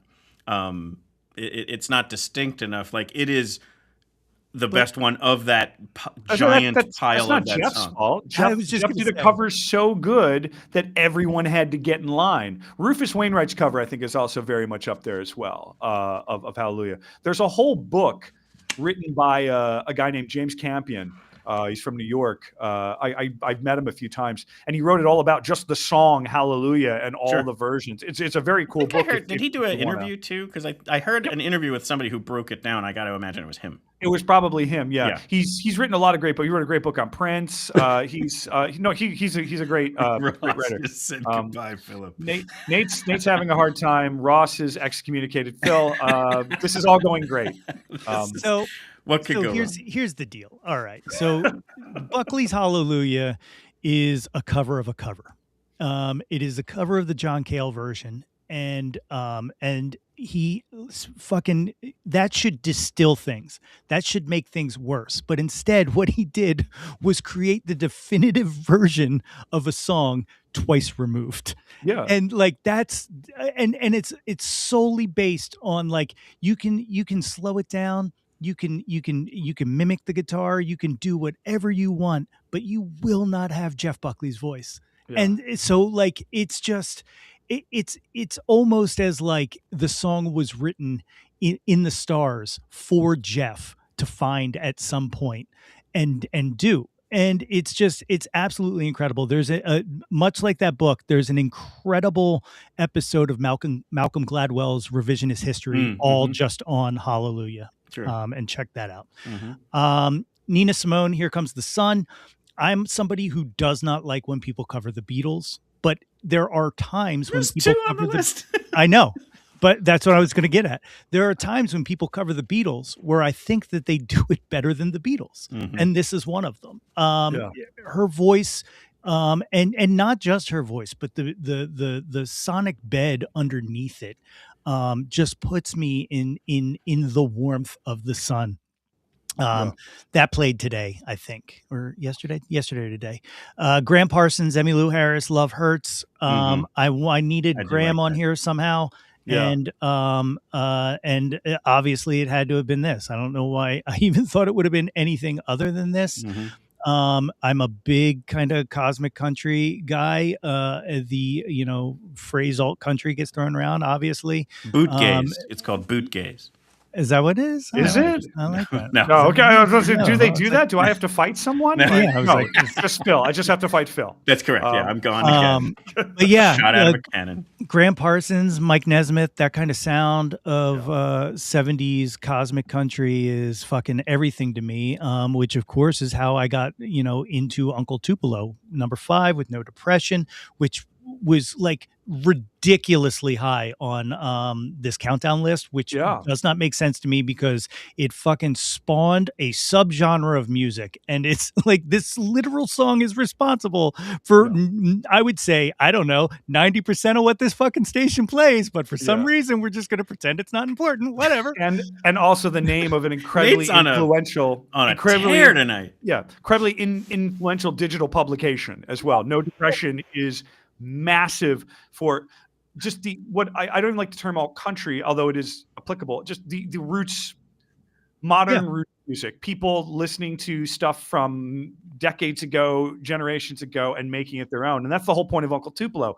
It's a bunch of punks who are like listening to AM radio in the Midwest. And what's on AM radio in the Midwest in the 80s, 70s, and 80s? Country music. Yep. So off you go. Continuing that, I mentioned Nesmith, Mike Nesmith of the Monkees. For those who don't know, was a legitimate musician, and he wrote the song "Different Drum" that was made famous by the Linda Ronstadt and the Stone Ponies. Also, his mother invented Whiteout. Whiteout, that's correct. Yes, and we're just loaded with trivia. And Mike Nesmith is responsible for MTV. MTV was made because of his elephant parts. Anyway, Mike Nesmith TV. That's right. And then that gave the Monkees their second life. So I mean, like, turn it out as fair play. Yep. Frente, Bizarre Love Triangle. My first band, like my concert ever. I was probably like 6 or 7, and my parents and my brothers took them to a Monkees concert. Westbury Music Fair. So when I'm on your show, that will be my answer in the we'll Jaunt. talk about that because I want to know more about that. Next one, Frente, Bizarre Love Triangle, which is not been played, and I don't think it's going to make the countdown, and that's a goddamn shame. I'm hoping it's in like the top 50.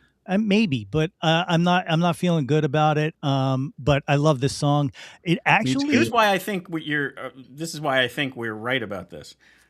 It's the song we'll play at the end because both Dan and I picked it, and then we adapted because obviously we tried to each pick something different. Yeah. But this was what we both wanted to hear off your list. And I'm going to tell you, it almost didn't make my list, but not Frente didn't almost make my list. This song didn't, because I almost picked "Open Up Your Heart and Let the Sun Shine." Oh in my from God, the that Sunday morning soundtrack, which is their compilation. I play that one all the time. It's so perfect. It is so perfect. You're absolutely right. Number 7 was on my long list. Absolutely. And again, like that was, it played on non-com radio in the 90s when I was listening to non-com radio. Yeah. On that album also, I only thought of this just as you were talking about it, was Tripping Daisy has Sigmund the Sea Monster. Yes. Yeah. I froze. Did I freeze? No, I'm there. You're still here. You're still here, buddy. Number 8, Lick the Tins, Can't Help Falling in Love. I have been in love with this cover almost my entire life. Was it in a movie? I think it was a movie. Some Kind of Wonderful. Yeah, Eric Stoltz and Leah Thompson. Yep. Leah Thompson now playing grandmothers in the Chicken Sisters. She's a grandmother in the Chicken Sisters, and I don't feel good about that. No, anyway, I'm not happy that you just shared that. I don't like that. We're going to edit that out in post. But this cover's great. I texted when they announced the cover countdown, I texted this to Bruce, and I was like, Bruce Warren from WXPN, and I said, this is definitely going on my list. And he was like, this is absolute shit. And then he had to fucking play it. Which means that it's great because like I'm a contrarian to a lot of things that Bruce says sometimes, and so for him to be like, this is crap, I'd be like, it's great, put it on the list. Well, it's great because he only did one set, or no, he did 2 sets during the countdown on air, and during one of them he had to fucking play it. Oh, that's even better. That is beautiful. I love it. I texted the universe him immediately too. I was like, I'm so glad that came out for you. Number 9, Elliott Smith's cover of Big Star's 13. This is another one that almost didn't make the list because I was torn between a bunch of Elliott Smith covers. His Jealous Guy is absolutely phenomenal. But 13, man, that song just lives in my soul. It's absolutely beautiful. And Elliott's kind of quiet, pained voice on it just sounds so familiar. Like it puts a nostalgia that lives in the lyrics right there in your ears. And then number 10, which is the other one that has not made the list, and I'm worried about this one too. I wouldn't. You don't worry. think? You think it's coming?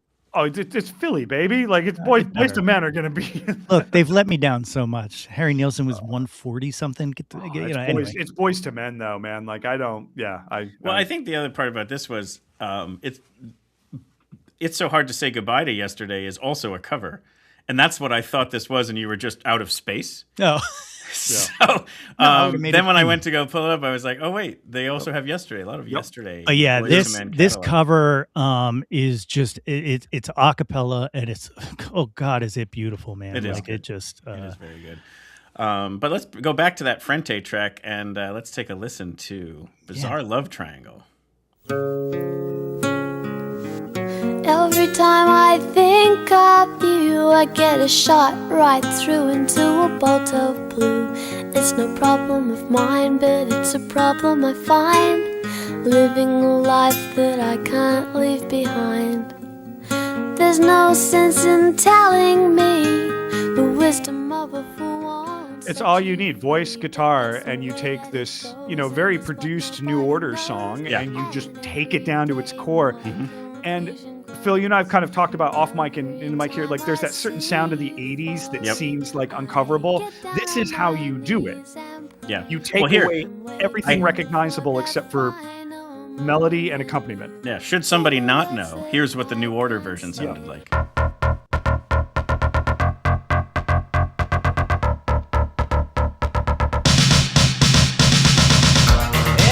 time I think of you, I feel a shot right through. every time I hear New Order, ever since the early '90s, I just think of Ewan McGregor in Train Spotting. Oh yeah. Every time. It's perfect. Yeah. And that's like, I have toyed many times as a musician of releasing, like, because of that Frente song and other attempts of other people have done like that, is a solo acoustic one voice cover of, like, I was going to do one that was all Depeche Mode songs. I was going to take Depeche Mode songs and a nylon string guitar and just figure out how to make them interesting. Mark Kozelek did something similar with AC/DC songs once. Mark Kozelek of Red House Painters, Sun Kill Moon. I can't find it. I'm sure it's out there somewhere, or maybe I dreamed it and it's not real at all. I love that. I love that the concept there. Yeah. So let me bring up my list here. This was led off by, like we shared earlier, "Hurt" by Johnny Cash, covering Nine Inch Nails, and then we already talked about the Joe Cocker version of "With a Little Help from My Friends." We just mentioned Ewan McGregor in movies, and I actually put on here that from Moulin Rouge, his version of "Your Song" by Elton John. Oh yeah. That movie obviously chock full of covers by people, but that one in particular just always caught my ears and my heart. I just think it's such a lovely version of it, and it's just Nate, you must have an appreciation for this again, for these, like, more theatrical, like powerful versions of these songs. I don't drink anymore, but when I used to drink, if you would catch me on a good night, you would be serenaded if we were walking down a street to the entirety of the Elephant Love medley from Moulin Rouge. It's one of my favorite things in this world. It's absolutely perfect. Love it. But I couldn't pick that one because it's like a smattering of like 1,200 songs. Anyway, Blair Crimmins and the Hookers. Everyone who listens to the show knows how big a fan I am there. He's actually the closing show music. He plays all original music that sounds like it's from the 1920s hot jazz from Louisiana. And then he does some covers in that style. So his version of Psycho Killer is insanely cool. I was actually extremely torn. He also does Let's Dance by Bowie, and they're both amazing. But I went with Psycho Killer. Here is a double up from Dan's list. I also had Wild Horses from the Sundays on it. Hound Dog by Elvis Presley is the one track that I gave myself an exception on, because I wanted to point out it was a cover by a phenomenal female artist from that time frame, Big Mama Thornton. And so, I thought it was important to kind of point that out, and that's why it was up on this list. Obviously, it's a very, very cool.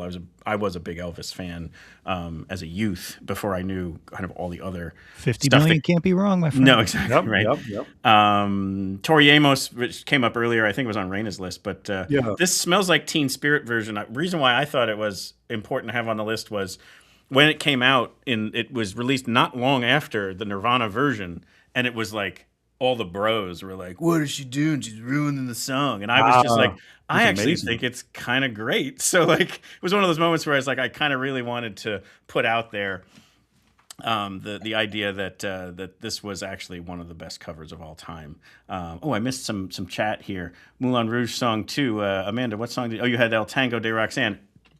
Gorgeous, awesome, perfect. I actually just that scene is phenomenal. The way he walks up and down steps backwards without looking.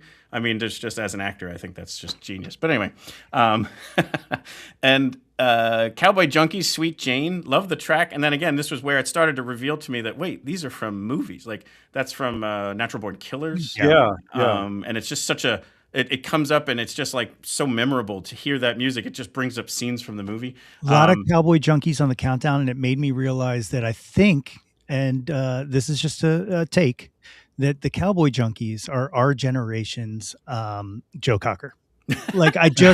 Because they are so good at covering songs and making them their own. Absolutely. That I think their most famous stuff and the stuff that I'm most drawn to are their covers. Yep, absolutely. And Sturgill Simpson covers The Promise. That's actually where I first heard it, was from not a movie, but a television show, The Leftovers on HBO. That came in at 2:30. I think that played today. Nice. It's such a cool version, because it's one of those ones where you're like, wait, is this The Promise? And he's so great. I love Sturgill. And then Ace Frehley. Oh, yes. New York Groove. And we're going to play a little bit of that, because what I found was some of the original, the song is actually written and performed by the band Hello. And I found that. And wait till you take a look at what this original performance used to look like. So here's New York Groove in its original format with the band Hello.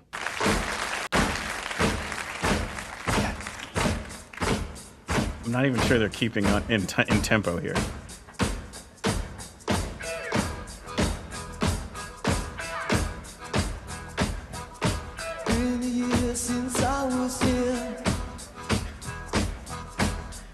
I don't think he's actually playing the harmonica. I don't think anyone's playing anything. Yeah, They're not come on. plugged in.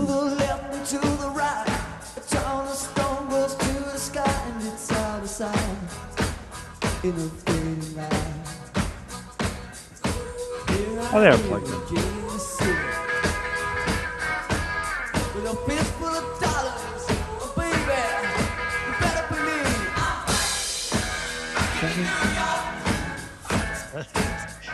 The song itself is just so goddamn good. It's this whole era of absolutely forgotten bands, but that sound, like it's that when people talk about power pop, I'm like, this is where it came from. Yeah. This is where it's a whole bunch of guys who like it's 75 at this point and they're still trying to be the Beatles. And they're still trying to be, How do you know it's 75?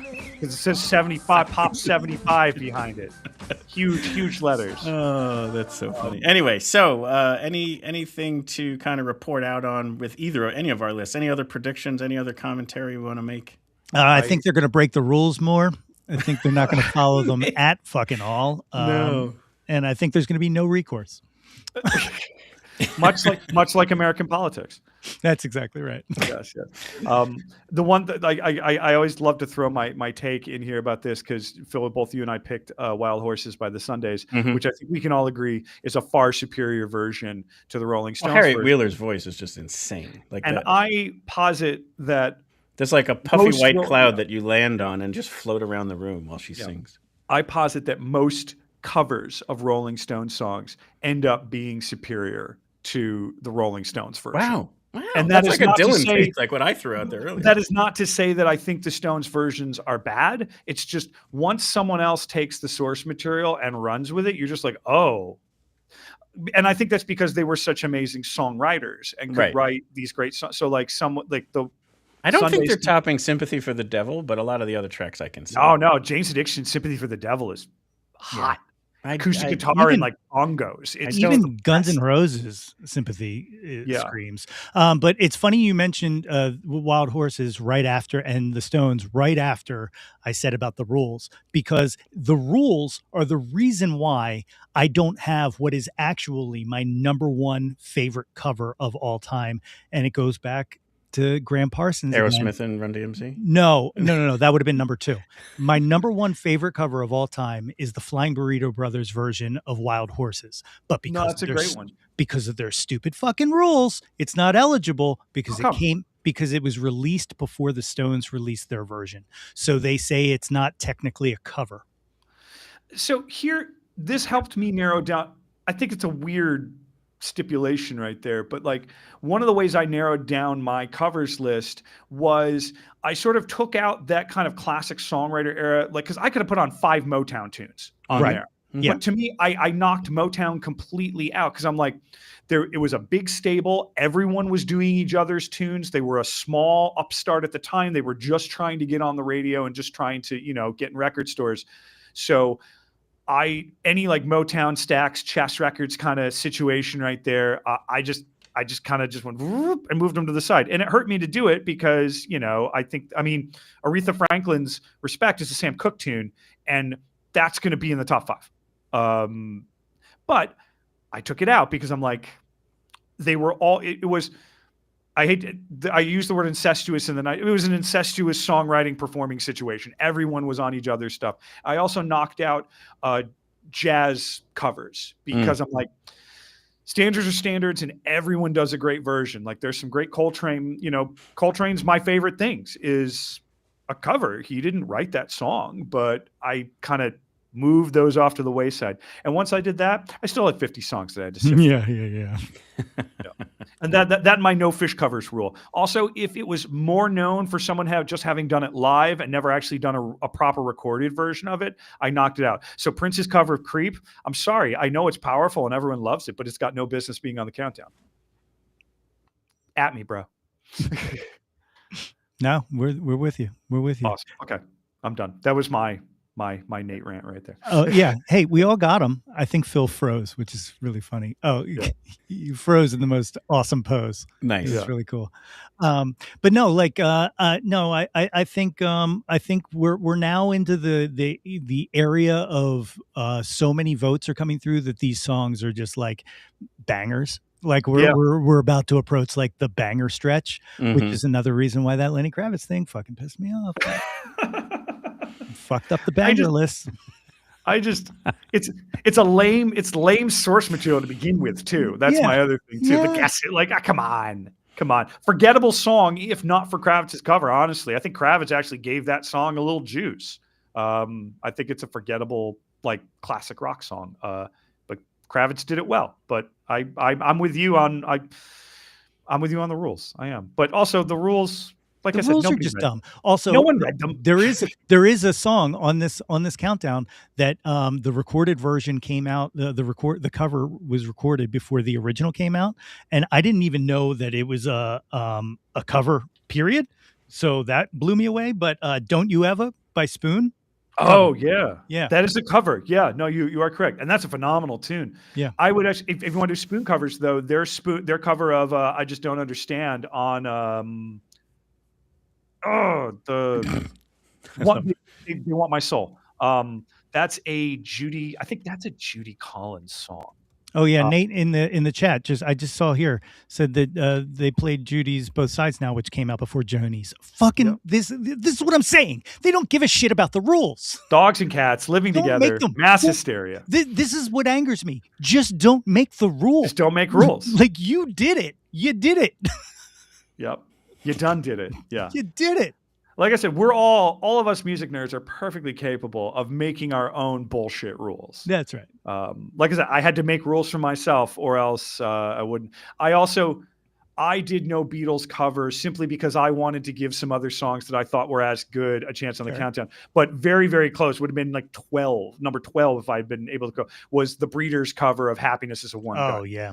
Which I think is kind of better than the Beatles version. And the Beatles did a ton of great R&B, like their cover of Act Naturally by Buck Owen is a classic tune and would have made my list. It's the second best version of that song, right after Gonzo from the Muppet Show. Yeah. I mean, I think the Buck Owens version is phenomenal. Beatles are currently tied for second with the Dead as the top artists covering other people's songs. I hope the Dead makes it, but I think the Beatles are going to take him out in the number in the one top right 100. now is Linda Ronstadt with fucking 11, and that's awesome. I love that. Awesome. And I don't even think that counts the Stone Ponies. So let's say technically 12. Okay. No, it's I think we all placed well this time. We'll see what happens in the top 100. I'm going to probably miss most of it. Yeah. No, I never do either. I never have my finger on the pulse of the rest of the people very well because I like all three of us would agree. We all like very odd things. Yes, that's so true. We have our quirks. Yeah. And what I'm going to bring in here to close things out. Normally, we have the bed music of "It's All Over Now" by Blair Crimmins, but since he was on my list, I'm going to bring in here that the track that I had on my top 10, "Psycho Killer." Oh, his cover of "Psycho Killer." Yeah, it's just processing. I thought of it in the moment, so I went and grabbed it, and here we are. Yeah. Well, but thanks as always, Phil, for putting this together. Absolutely. It helps me reconnect with you guys while being far, far away. And thank you to the people who tuned in. The chat was phenomenal. Thank you to Wendy. Thank you to Raina. Thank you to all of WXPN for putting this on and letting us kind of like have this moment here. Hope everyone tunes in tomorrow to kind of listen into, who makes this top 100, top 50, top 25, top 10, top 5, top 3, and what's going to be number 1. Yeah. It's going to be Blair Crimmins and the Hookers. It's going to be Hallelujah by Jeff Buckley. It's gonna be Hallelujah not by going Jeff to be Puddle's Piddle Party. You God damn it. Yeah.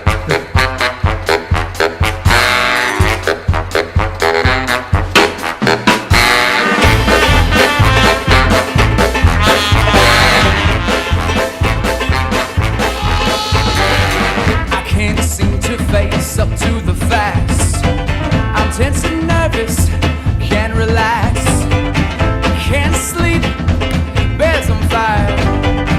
Don't touch me, I'm a real live wire. Psycho killer, guess they say, ba ba ba ba ba ba ba ba ba. Run, run, run, run, run away. Psycho killer, guess you say, ba ba ba ba ba ba ba ba ba. You better run, run, run, run, run away. Oh, oh, oh, oh. Yeah, yeah, yeah, yeah, yeah.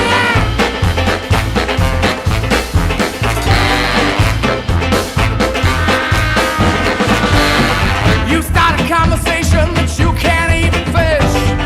You're talking a lot, but you're not saying anything.